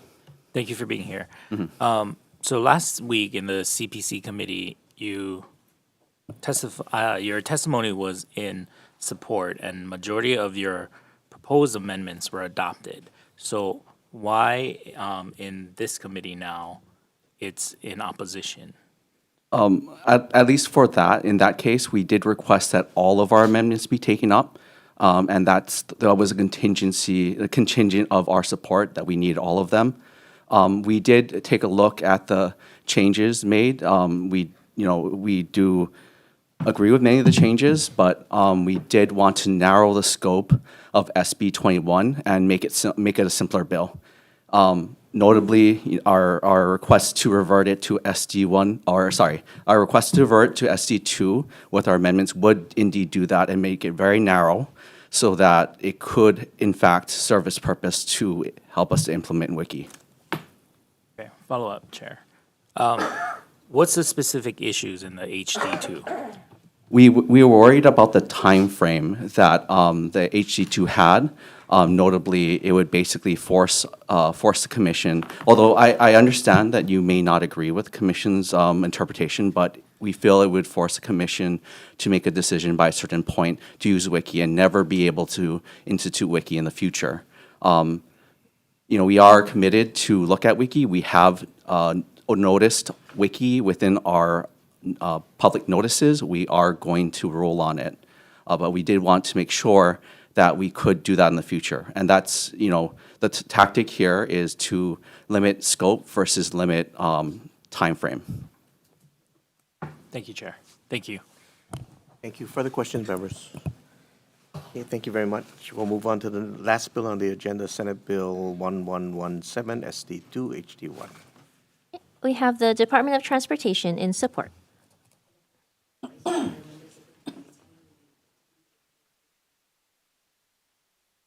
Thank you. We have Ulupono Initiative in support.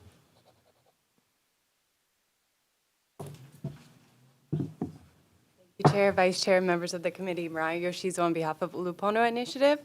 We stand on our testimony in strong support of this measure. We really appreciate the committee looking at this bill that provides a safe and responsible program for our communities, especially if people can't afford a car and they need an alternate means of transportation to be able to get that and be able to get to work, to school, to run errands.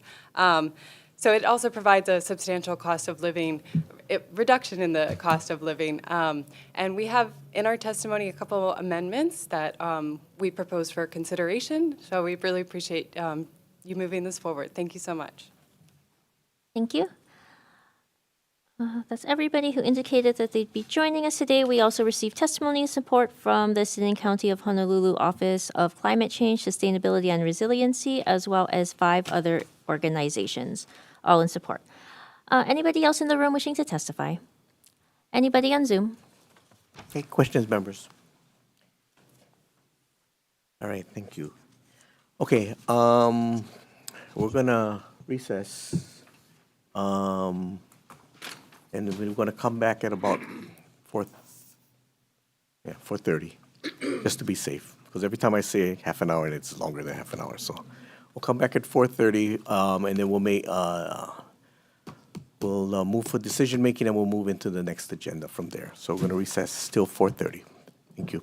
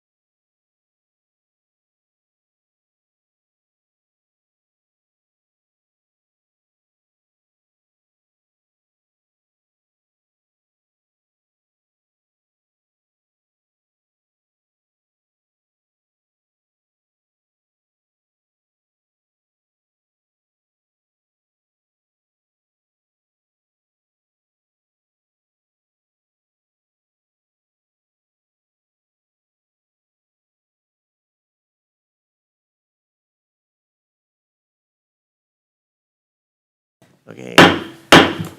Okay, we're going to reconvene the Committee on Finance for our first agenda, 2 p.m. agenda. First up is House Senate Bill 325 SD1. Recommendation is to pass out with amendments, defecting the effective date to 7/1/3000 and technical amendments.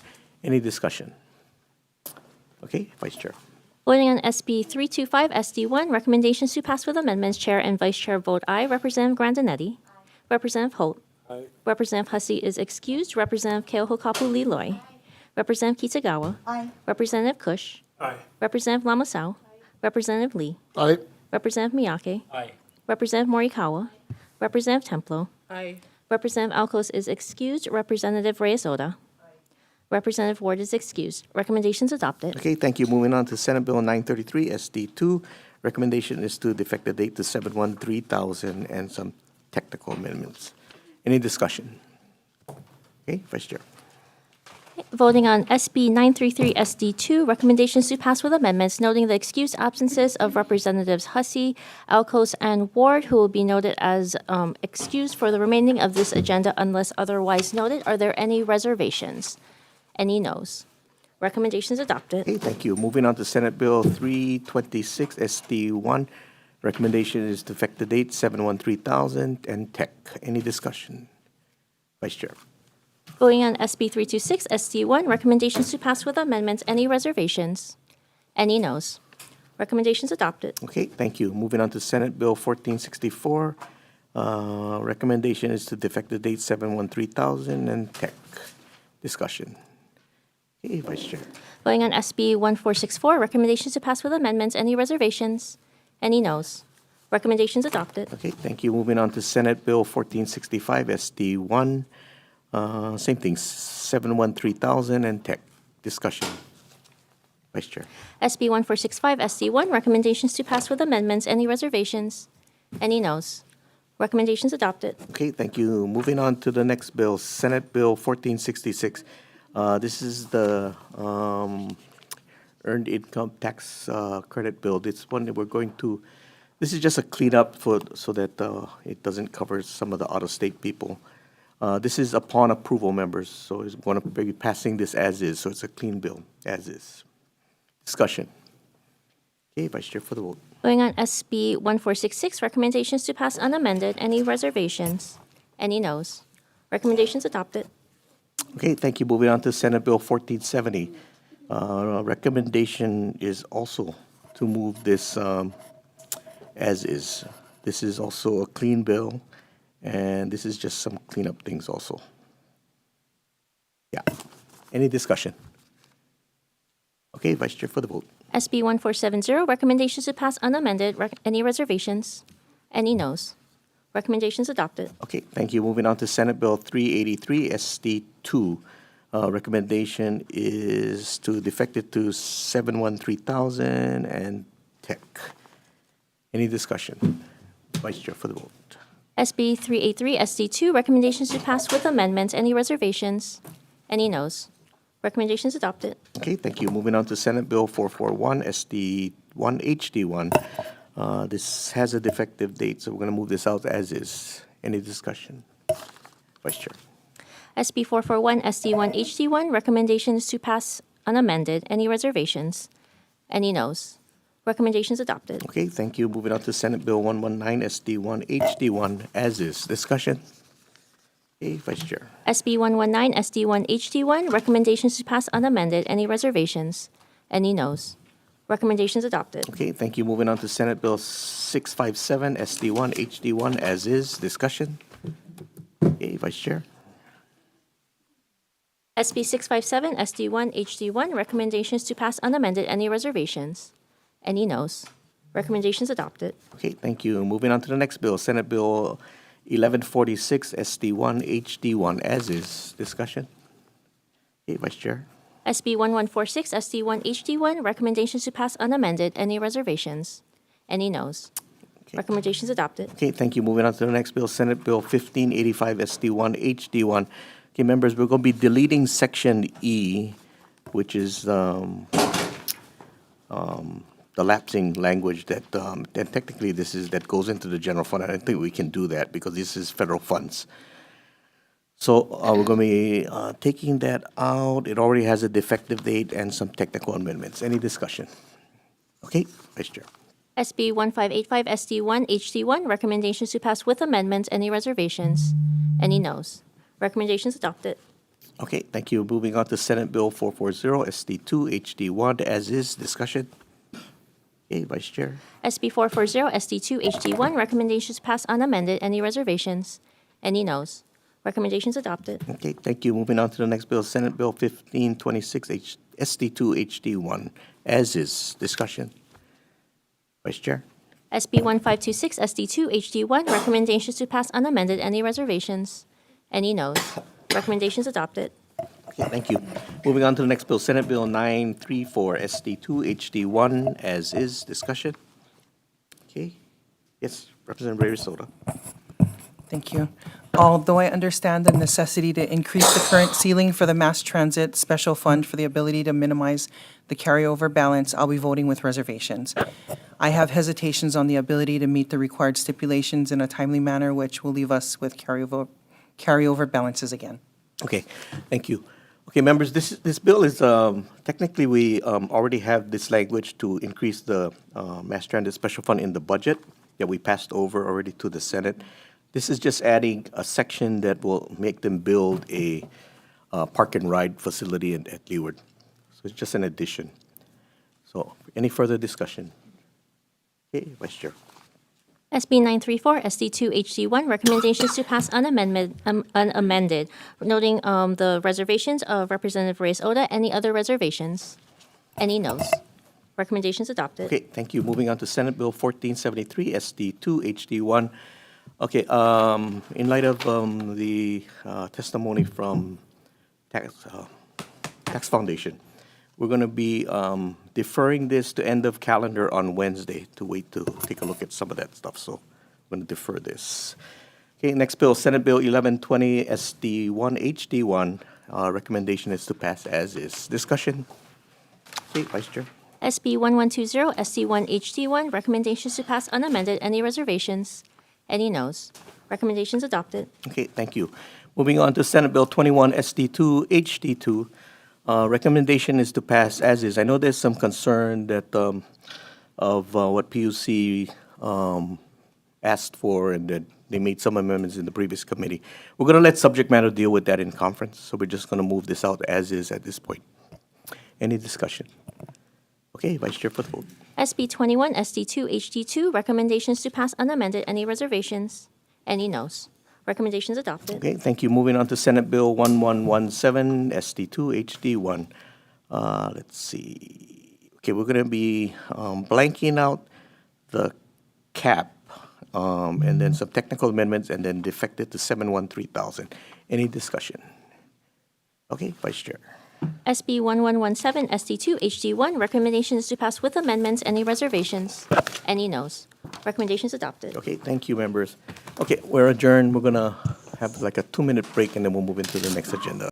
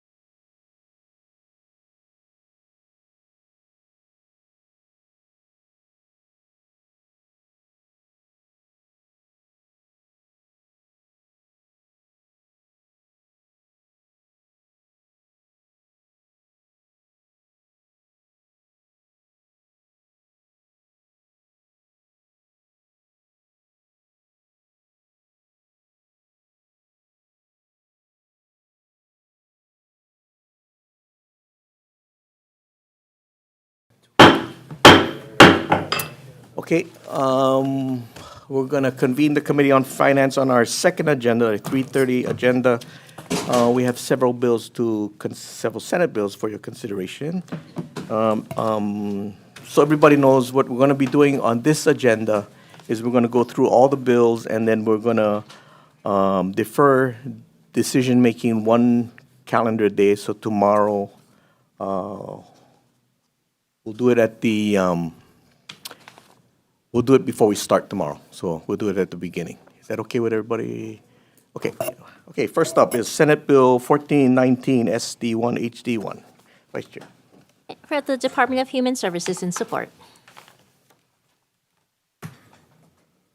Good afternoon, Chair, Vice Chair. Leah Diaz, DVR Administrator, here on behalf of Director Ryan Yamane. We stand on our testimony in support of our administrative bill. We thank you very much for hearing this, and I'm here if you have any questions. Okay, thank you. Thank you. We have the Disability and Communication Access Board in support on Zoom. Not present. We have the Hawaii State Council on Developmental Disabilities in support on Zoom. Not present. We also, that's everyone who indicated that they would be here to testify. We also had testimony with comments from the State Council on Developmental Disabilities, as well as support from the National Federation of the Blind of Hawaii and one individual. Is there anybody else in the room wishing to testify? Anybody on Zoom? Okay, members, questions? Okay, Representative Lloyd. Thank you. I just had a quick question. One of the comment letters from developmental disabilities was the definition of special needs and access and function needs. Could you expand on that a little bit? I just quickly glanced at that before I came over here, but I did see that there was an objection to the language of special needs and changing it to access and something. And that's fine with us. That's appropriate. Great. Yeah. Thanks. Thank you. Thanks, Chair. Thank you. Any further questions, members? Okay, thank you. We'll move on to the next bill, Senate Bill 298 SD1 HD1. Do we have the Department of Human Services with comments on Zoom? Yes, hi, Eric Nochi, MedQuest Division Finance Officer representing Ryan Yamane and the Department of Human Services. We'll stand on our written comments in appreciating the intent and offering comments. Okay, thank you. Okay, we have Disability and Communication Access Board in support on Zoom. Not present. Okay, we also received testimony in support from the Executive Office on Aging, SHPTA, ARP Hawaii, and Aloha Care, all in support.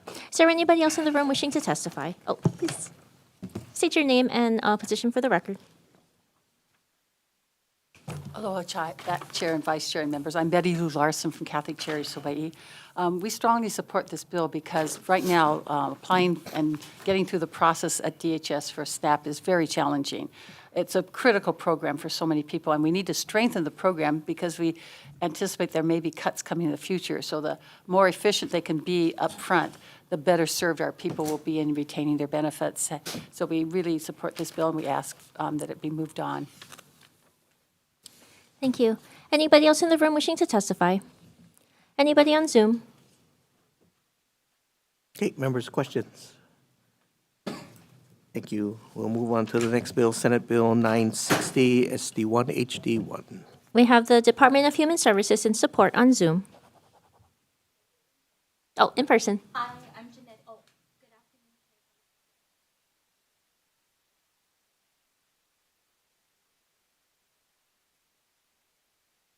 Okay, thank you. We have Hawaii Appleseed in support on Zoom.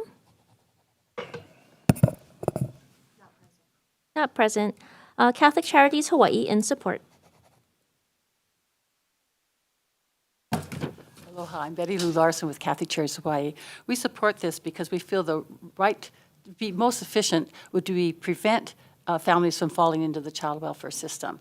We really want to encourage family preservation, and these support services would help families in crisis to, be able to be more resilient, more capable of their managing their children or helping their children, and not needing to go into the welfare system. So we think this is a great use and a very efficient use of our state monies. Thank you. Thank you. We have Hawaii Food Industry Association in support. Good afternoon, Chair, Vice Chair, members of the committee. I'm Alexis Chapman for HFIA. I know a lot of the testimony discussed how important this bill is to those that utilize the SNAP program. And I just want to point out that how important this measure is to our food systems in general. The Supplemental Nutrition Assistance Program benefits and supports our entire food systems. That's local food and beverage retailers, suppliers, distributors, manufacturers, local farmers. They all rely on this system as a stabilization source and for funds. So this measure now is a critical time to make sure that everyone who has earned and who deserves access to SNAP is getting that access. And this is the last of several measures that is still alive to make that happen. So we strongly encourage you to pass this measure, and I'd be happy to answer any questions. Thank you. We have testimony from Kylie Bigley in support.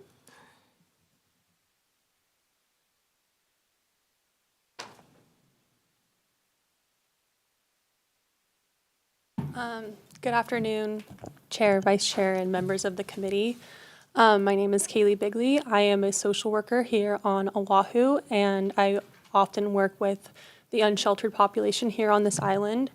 And I strongly urge, or I'm in strong support of SB 960, because if there's any operational process that should be efficient, it's this one. It directly impacts the survival of people in our community, specifically people who are unsheltered who rely on this for their own food security. I've worked with lots of clients who, beyond just having barriers to food, being transportation, and just the things that we all take for granted, the processing times and kind of bureaucratic loopholes that they have to jump through are really, really difficult, and they see lots of delays in them being able to get their SNAP benefits. So improving the access to agents and sufficiently staffing the SNAP program would really, really benefit our community in that way.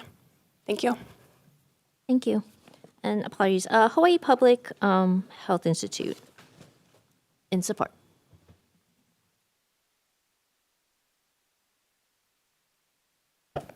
Aloha Chair, Vice Chair, members of the committee, Nate Hicks, Hawaii Public Health Institute in support. Echoing what's been said before, making sure our process is as smooth as possible is very important. SNAP benefits are fully federally funded, bringing in over $600 million every year into our state. Demand for SNAP has gone up over 50% since before the pandemic, and our staffing levels have stayed the same, so we are not able to handle the need. I want to point to the massive return on investment investing in this program can provide. Right now, there's a backlog, and the people who are eligible for the program are not able to access these benefits. If we can hire one additional worker, that could bring in about $2 million in federal benefits to our families in need. That is an easy 10-to-1, 20-to-1 return on investment just for one worker, right? If we can get 10 workers, 100 extra workers on staff to make sure we can process these applications, that's opening the opportunity for much more money coming into our state, moving around the economy, being purchased at our retail stores and things like that. And so the immediate need to make sure our families can eat is super important, but also the long-term effects are also great. And so in addition, these SNAP positions are half funded by the feds already as well. And so we invest in our positions, the feds match it, and then all of these extra families can be eligible for SNAP benefits. So mahalo for the opportunity to testify. Thank you. We also received written testimony from the Executive Office on Aging and the County of Hawaii Department of Research and Development in support, as well as about a dozen organizations and 40 individuals all in support. Is there anybody else wishing to testify in the room? Please just state your name and position for the record. Angela Melody Young, testifying on behalf of CARES in strong support of the appropriation of funds for the SNAP program from DHS. So this bill is talking about getting more pay for staff, I think from my understanding of it, and some of the internal office procedures which I'm not privy to make decisions for, but I think was very creative from the DHS office, was to access funding from the federal government, which is the Department of Agriculture, USDA, to access the grant funding to then implement within SNAP, because they're now working with farmers to enhance the access of quality foods and nutrition for low-income marginalized communities. So I think with this bill, it can really help with the appropriation of funds to hire more staff, to cover more bases within the office, and also to improve the quality of food and nutrition for low-income marginalized communities. Thank you so much. Thank you. Anybody else in the room wishing to testify? Anybody on Zoom? Question, members? Okay, thank you. We'll move on to Senate Bill 952 SD2. Okay, we have the Department of Human Services in support on Zoom or in person. Sorry.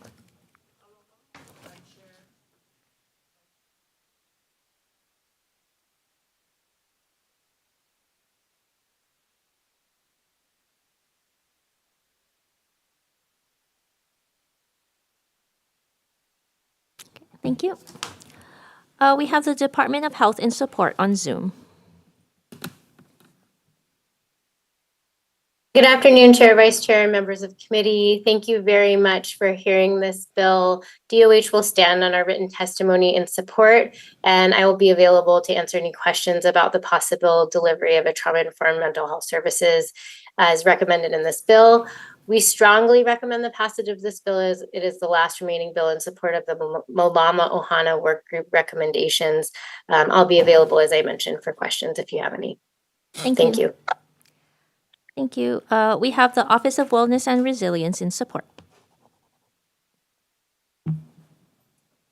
Aloha Chair, Vice Chair, members of the committee. My name is Trina Orimoto. I'm Deputy Director from the Office of Wellness and Resilience. We stand in strong support of this measure, and we're thrilled to partner with DHS on this effort. SB 952 is one of the few measures that is still alive in this legislative session that follows a recommendation from the Malama Ohana Working Group, and the only bill alive this session from that group that provides direct support to families that are at risk of CWS involvement. So thank you so much for hearing this bill. The Malama Ohana Working Group was established in Act 86 and housed in OWR to bring community partners, state departments, and parents and youth with lived experience together to improve and transform the child welfare system. The Malama Ohana Working Group submitted in its report to the legislature the need for resources dedicated to prevention, and SB 952 is just that.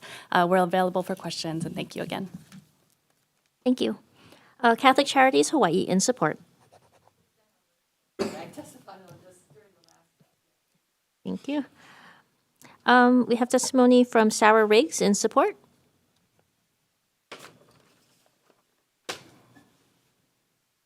Aloha Chair, Vice Chair, and members of the Finance Committee. My name is Sarah Riggs, and I'm in strong support of SB 592. I'm a Master of Social Work student at the University of Hawaii at Manoa. I also work as a youth therapist in a community mental health setting, and also have experience working with houseless youth in the Hawaii DOE, experiences that have fueled my passion for advocating for the well-being of Hawaii's youth and families. This bill aims to reduce families' involvement with the child welfare system by implementing a pilot program that offers a range of preventative interventions rooted in trauma-informed principles.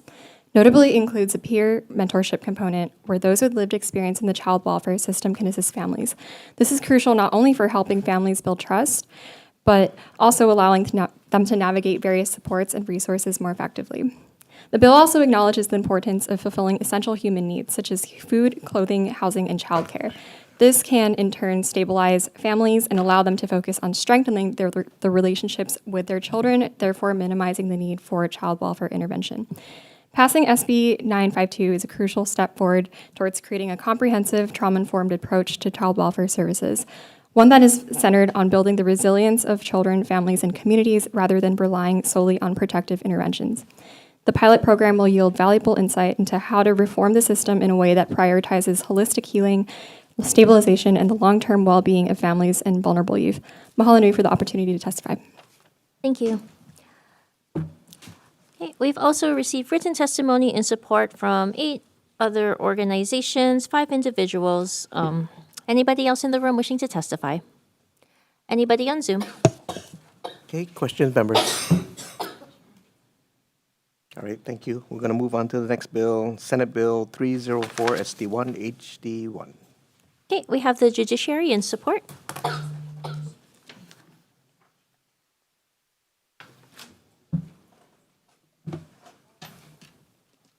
Aloha, Chair, Vice Chair, and the members of the committee. My name's Sai Aganon. I'm the Probation Administrator for Adult Client Services with the Judiciary. We stand on our written testimony and respectfully support the intent of this bill to help adult probation move towards alignment with the national standards that are recommended by the APPA. I am available for any questions, and of course, this does not supplant any other requests made by the judiciary's budget. Mahalo. Thank you. That's all the written testimony we've received. Anybody else in the room wishing to testify? Anybody on Zoom? Please state your name and position for the record.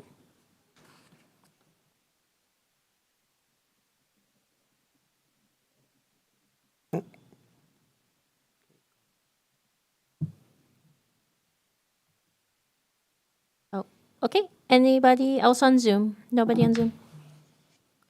Okay, questions, members? Okay, thank you. Moving on to the next bill, Senate Bill 264 SD1. Okay, first up, we have the judiciary in support. Good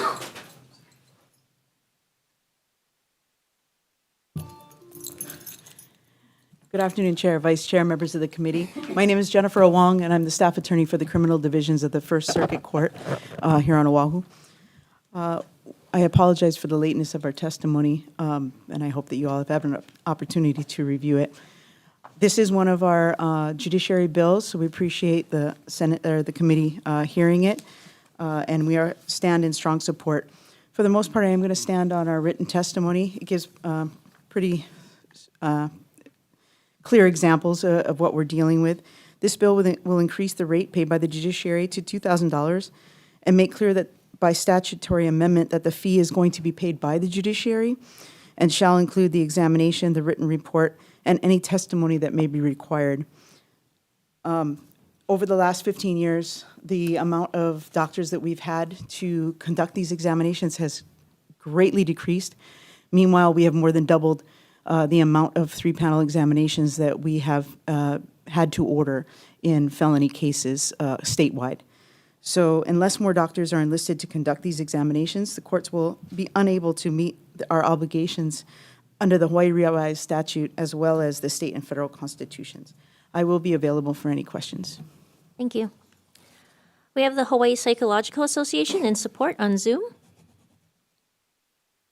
Good afternoon, Chair, Vice Chair, committee members. My name is Alex Lichten. I'm the legislative chair for the Hawaii Psychological Association. We're in very strong support of SB 264 in order to address the very serious shortage of examiners available to do fitness to proceed, sanity, and dangerousness evaluations.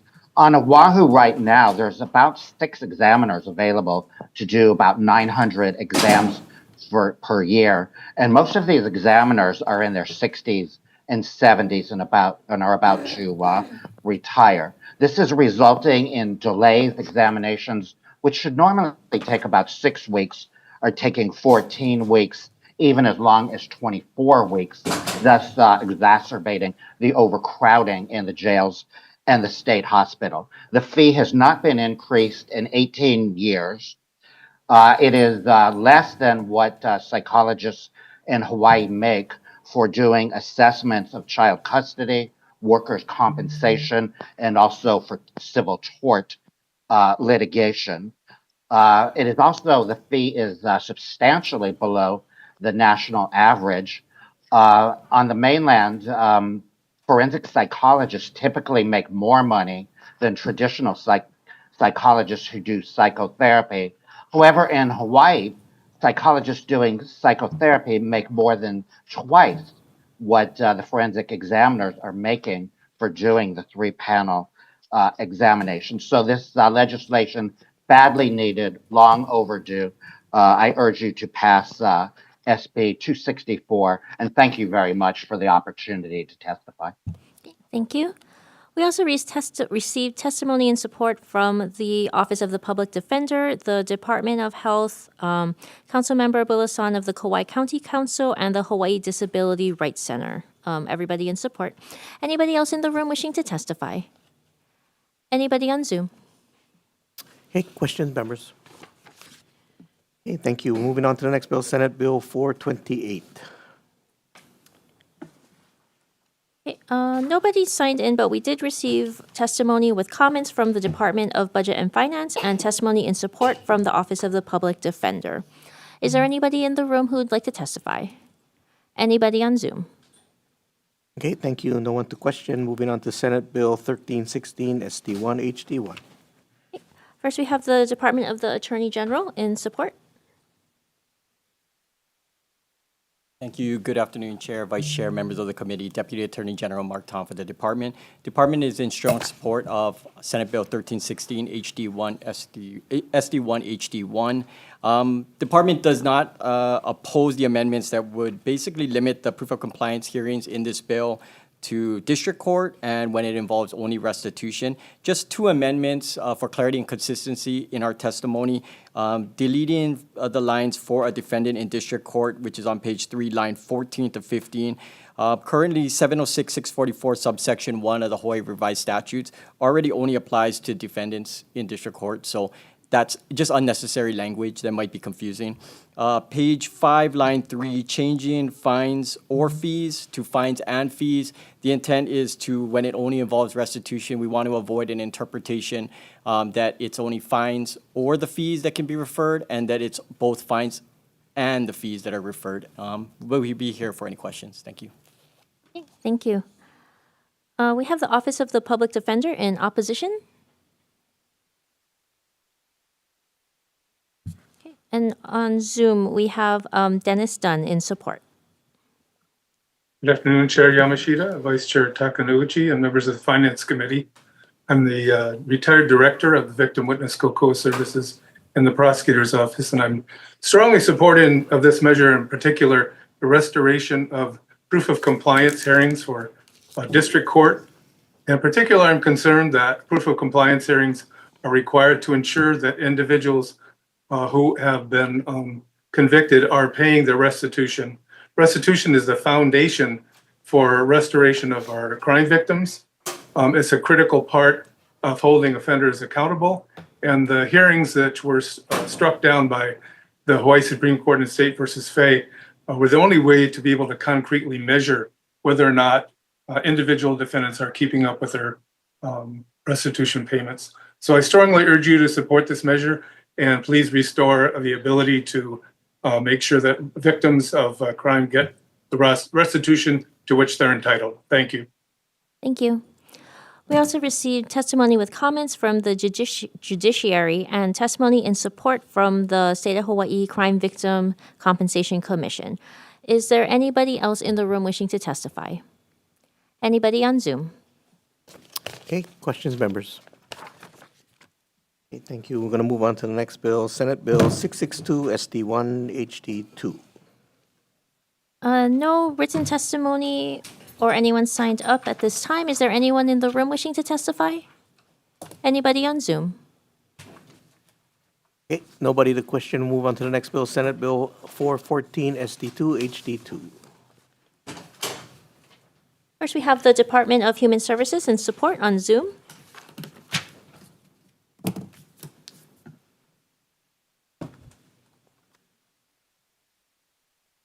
Okay, not present. To the Department of Hawaiian Homelands in support. No. And we also received testimony and support from the Maui Chamber of Commerce.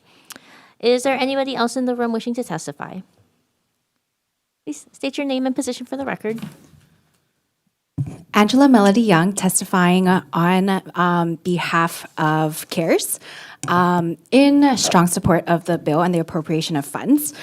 So this bill is trying to restore access to Lahaina, Maui, and to support the development of housing by HHFTC, and as well as to integrate plans with Department of Transportation to institute proceedings to condemn portions of parcels pursuant to Chapter 101 Hawaii Revised Statutes to build new access roads to dedicate to roads to Maui. And I'm in strong support of it and the appropriation of funds to expedite the development in Maui, because roads are important infrastructure necessary to help with rebuilding in Maui.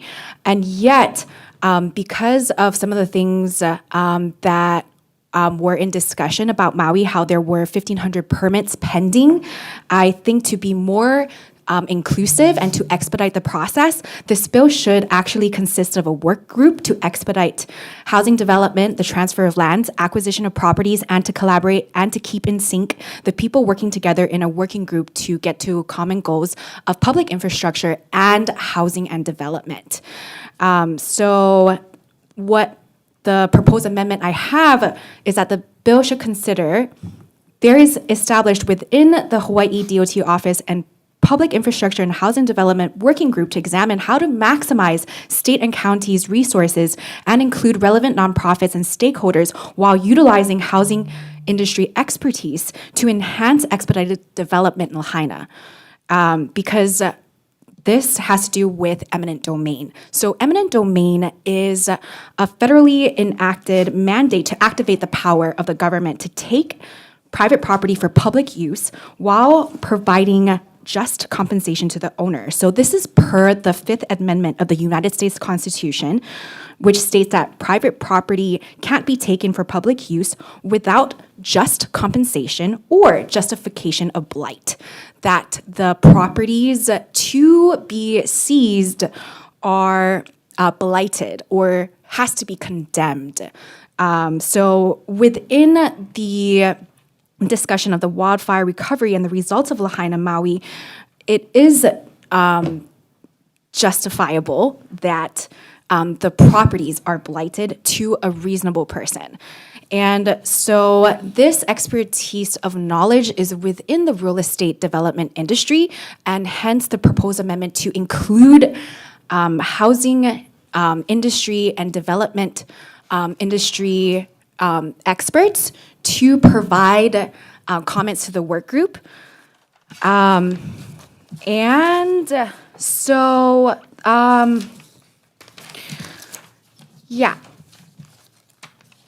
I think that's it, yeah. Okay, So, in thank strong you. support, thank you. Thank you. Anybody else in the room? Oh, Chair, Vice Chairs, members, Dean Minakami, HHFDC. Apologies for not providing written testimony. We have been coordinating with DOT on acquisition of the access road and funding for the road. At this point, it appears that DOT will be proceeding with acquisition or condemnation of the road, and they will be building a road from Calvary Street to Leahy Parkway. Thank you. thank you. Anybody else in the room? Anybody on Zoom wishing to testify? Okay, thank you. Questions, members? Yeah, that's our understanding too, that DOT is be working on it. So, okay, we'll move on to the next bill, Senate Bill 65 SD2 HD1. First, we have the Hawaii Public Housing Authority in support.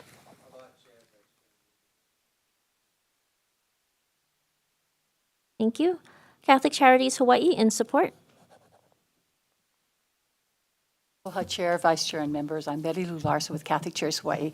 We strongly support this bill because this would enable units that are the most affordable ones in Hawaii, where people pay only 30% of their income for rent, to open up, and it would take much less time than trying to build new units, obviously. These are existing units that have health and safety issues, and so they do need to be repaired.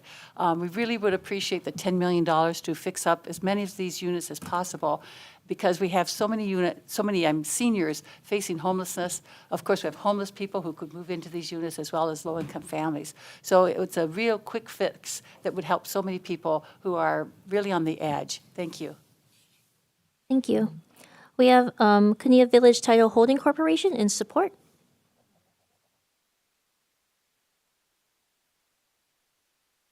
Good afternoon, Chair and Vice Chair and members of the committee. My name is Stephanie Whalen, the president of the Cunha Village Title Holding Company, which is the recipient of the Del Monte pineapple plantation infrastructure. We received that in about 2009, and we've been able to, by 2017, fix up 82 units, some of which were historic units that we put back as historic units, and then that's new construction. So of the total units on the property, which is 135, currently 82% of the units are rented to low, 35 of those units, or extremely low, 67 of those units, tenants who we are trying to provide housing for the very low-income folks. Now, the project that we did that I reported in my testimony was funded through tax credits and energy credits, et cetera, and we do have loans on that yet. However, there's 53 units that are in the 80 to 100 years old, which we are slowly trying to renovate and self-finance through a line of credit. Those units never pay back the investment. That's not the point. The point is to get more housing for the low-income people. So this particular bill would be very helpful. We are ready, shovel-ready, on 10 units, which we already have the plans for, and the estimated cost based on the fact that we thought we were going to get an EPA grant, which would have covered that, so we got all that ready. We didn't get that grant, so this bill would help very much if funds were put aside to rehabilitate older homes. Thank you very much. Thank you. Members, we also received a resolution in support from Neighborhood Board number 34 and one individual. Is there anybody else in the room wishing to testify? Anybody on Zoom? Okay, questions, members? Okay, we're going to move on to the next bill, Senate Bill 576, SD1 HD1. Okay, we have the Hawaii Public Housing Authority in support. Thank you. That's all the written testimony we received. Is there anybody else in the room wishing to testify? Anybody on Zoom? Okay, questions, members? Okay, thank you. Moving on to the next bill, Senate Bill 1229, SD2 HD1. Okay, we have the Hawaii Housing Finance and Development Corporation, HHFDC, in support. Chair, Vice Chair, members, HHFDC in strong support of this measure. There are many for-sale housing projects that have been stalled because of high interest rates, and this bill provides a mechanism for the state to step in by providing equity to allow those projects to proceed and provide homeownership opportunities for residents. We do have a request that the committee consider making this a permanent program. The pilot program has been very well received by home buyers and developers, so we think it merits consideration to be made permanent. Thank you. Thank you. We have Holomua Collaborative in support.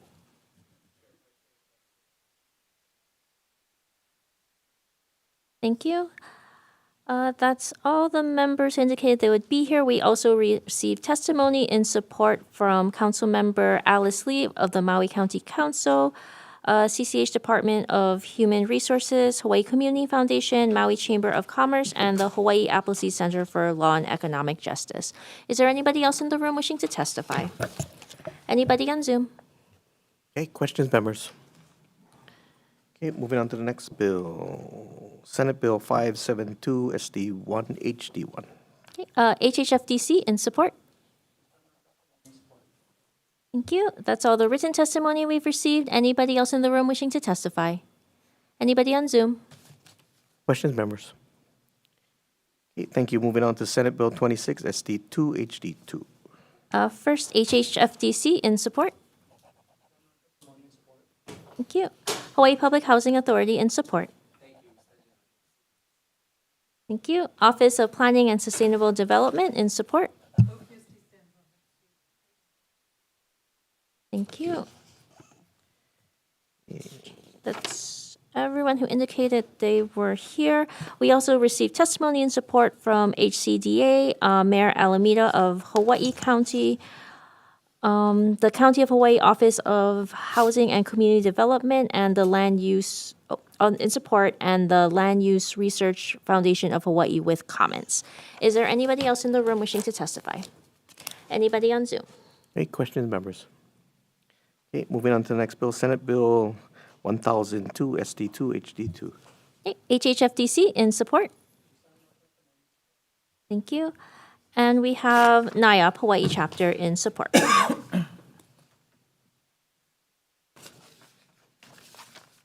Aloha Chair, Vice Chair, members of the committee, Evan Noy on behalf of NIAP Hawaii.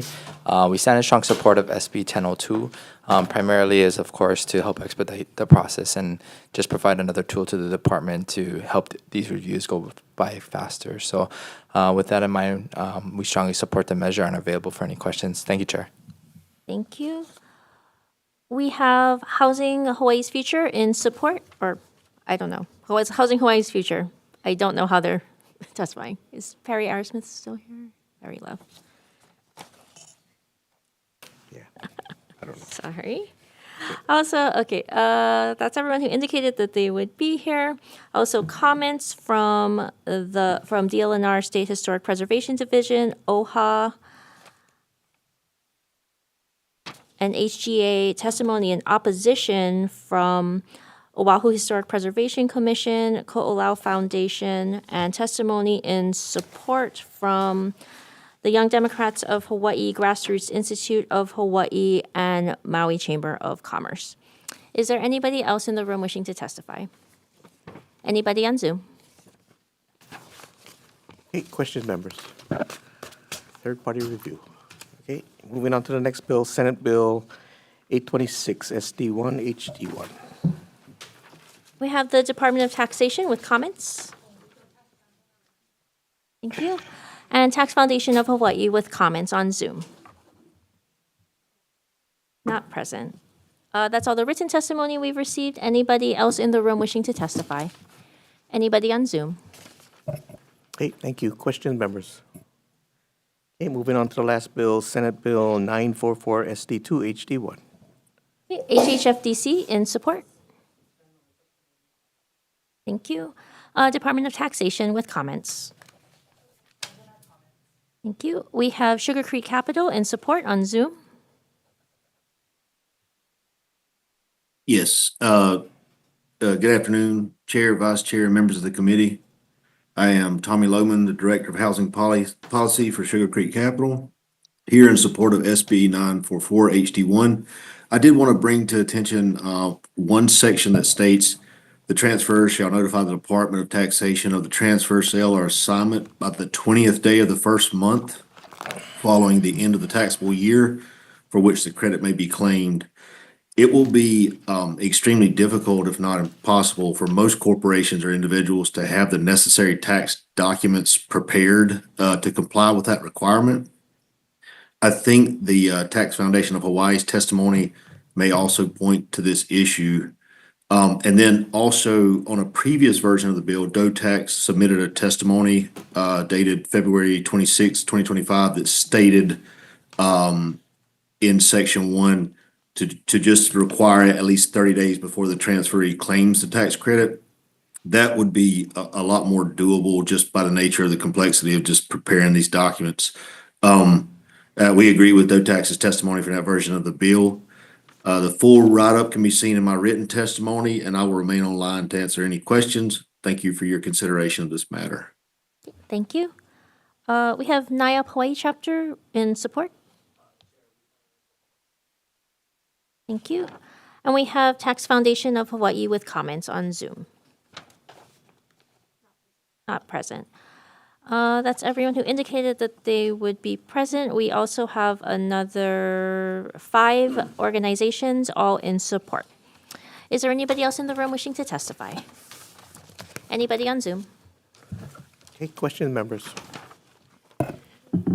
Okay, thank you very much. Okay, as I stated earlier at the beginning of this hearing, we are going to take up decision-making tomorrow.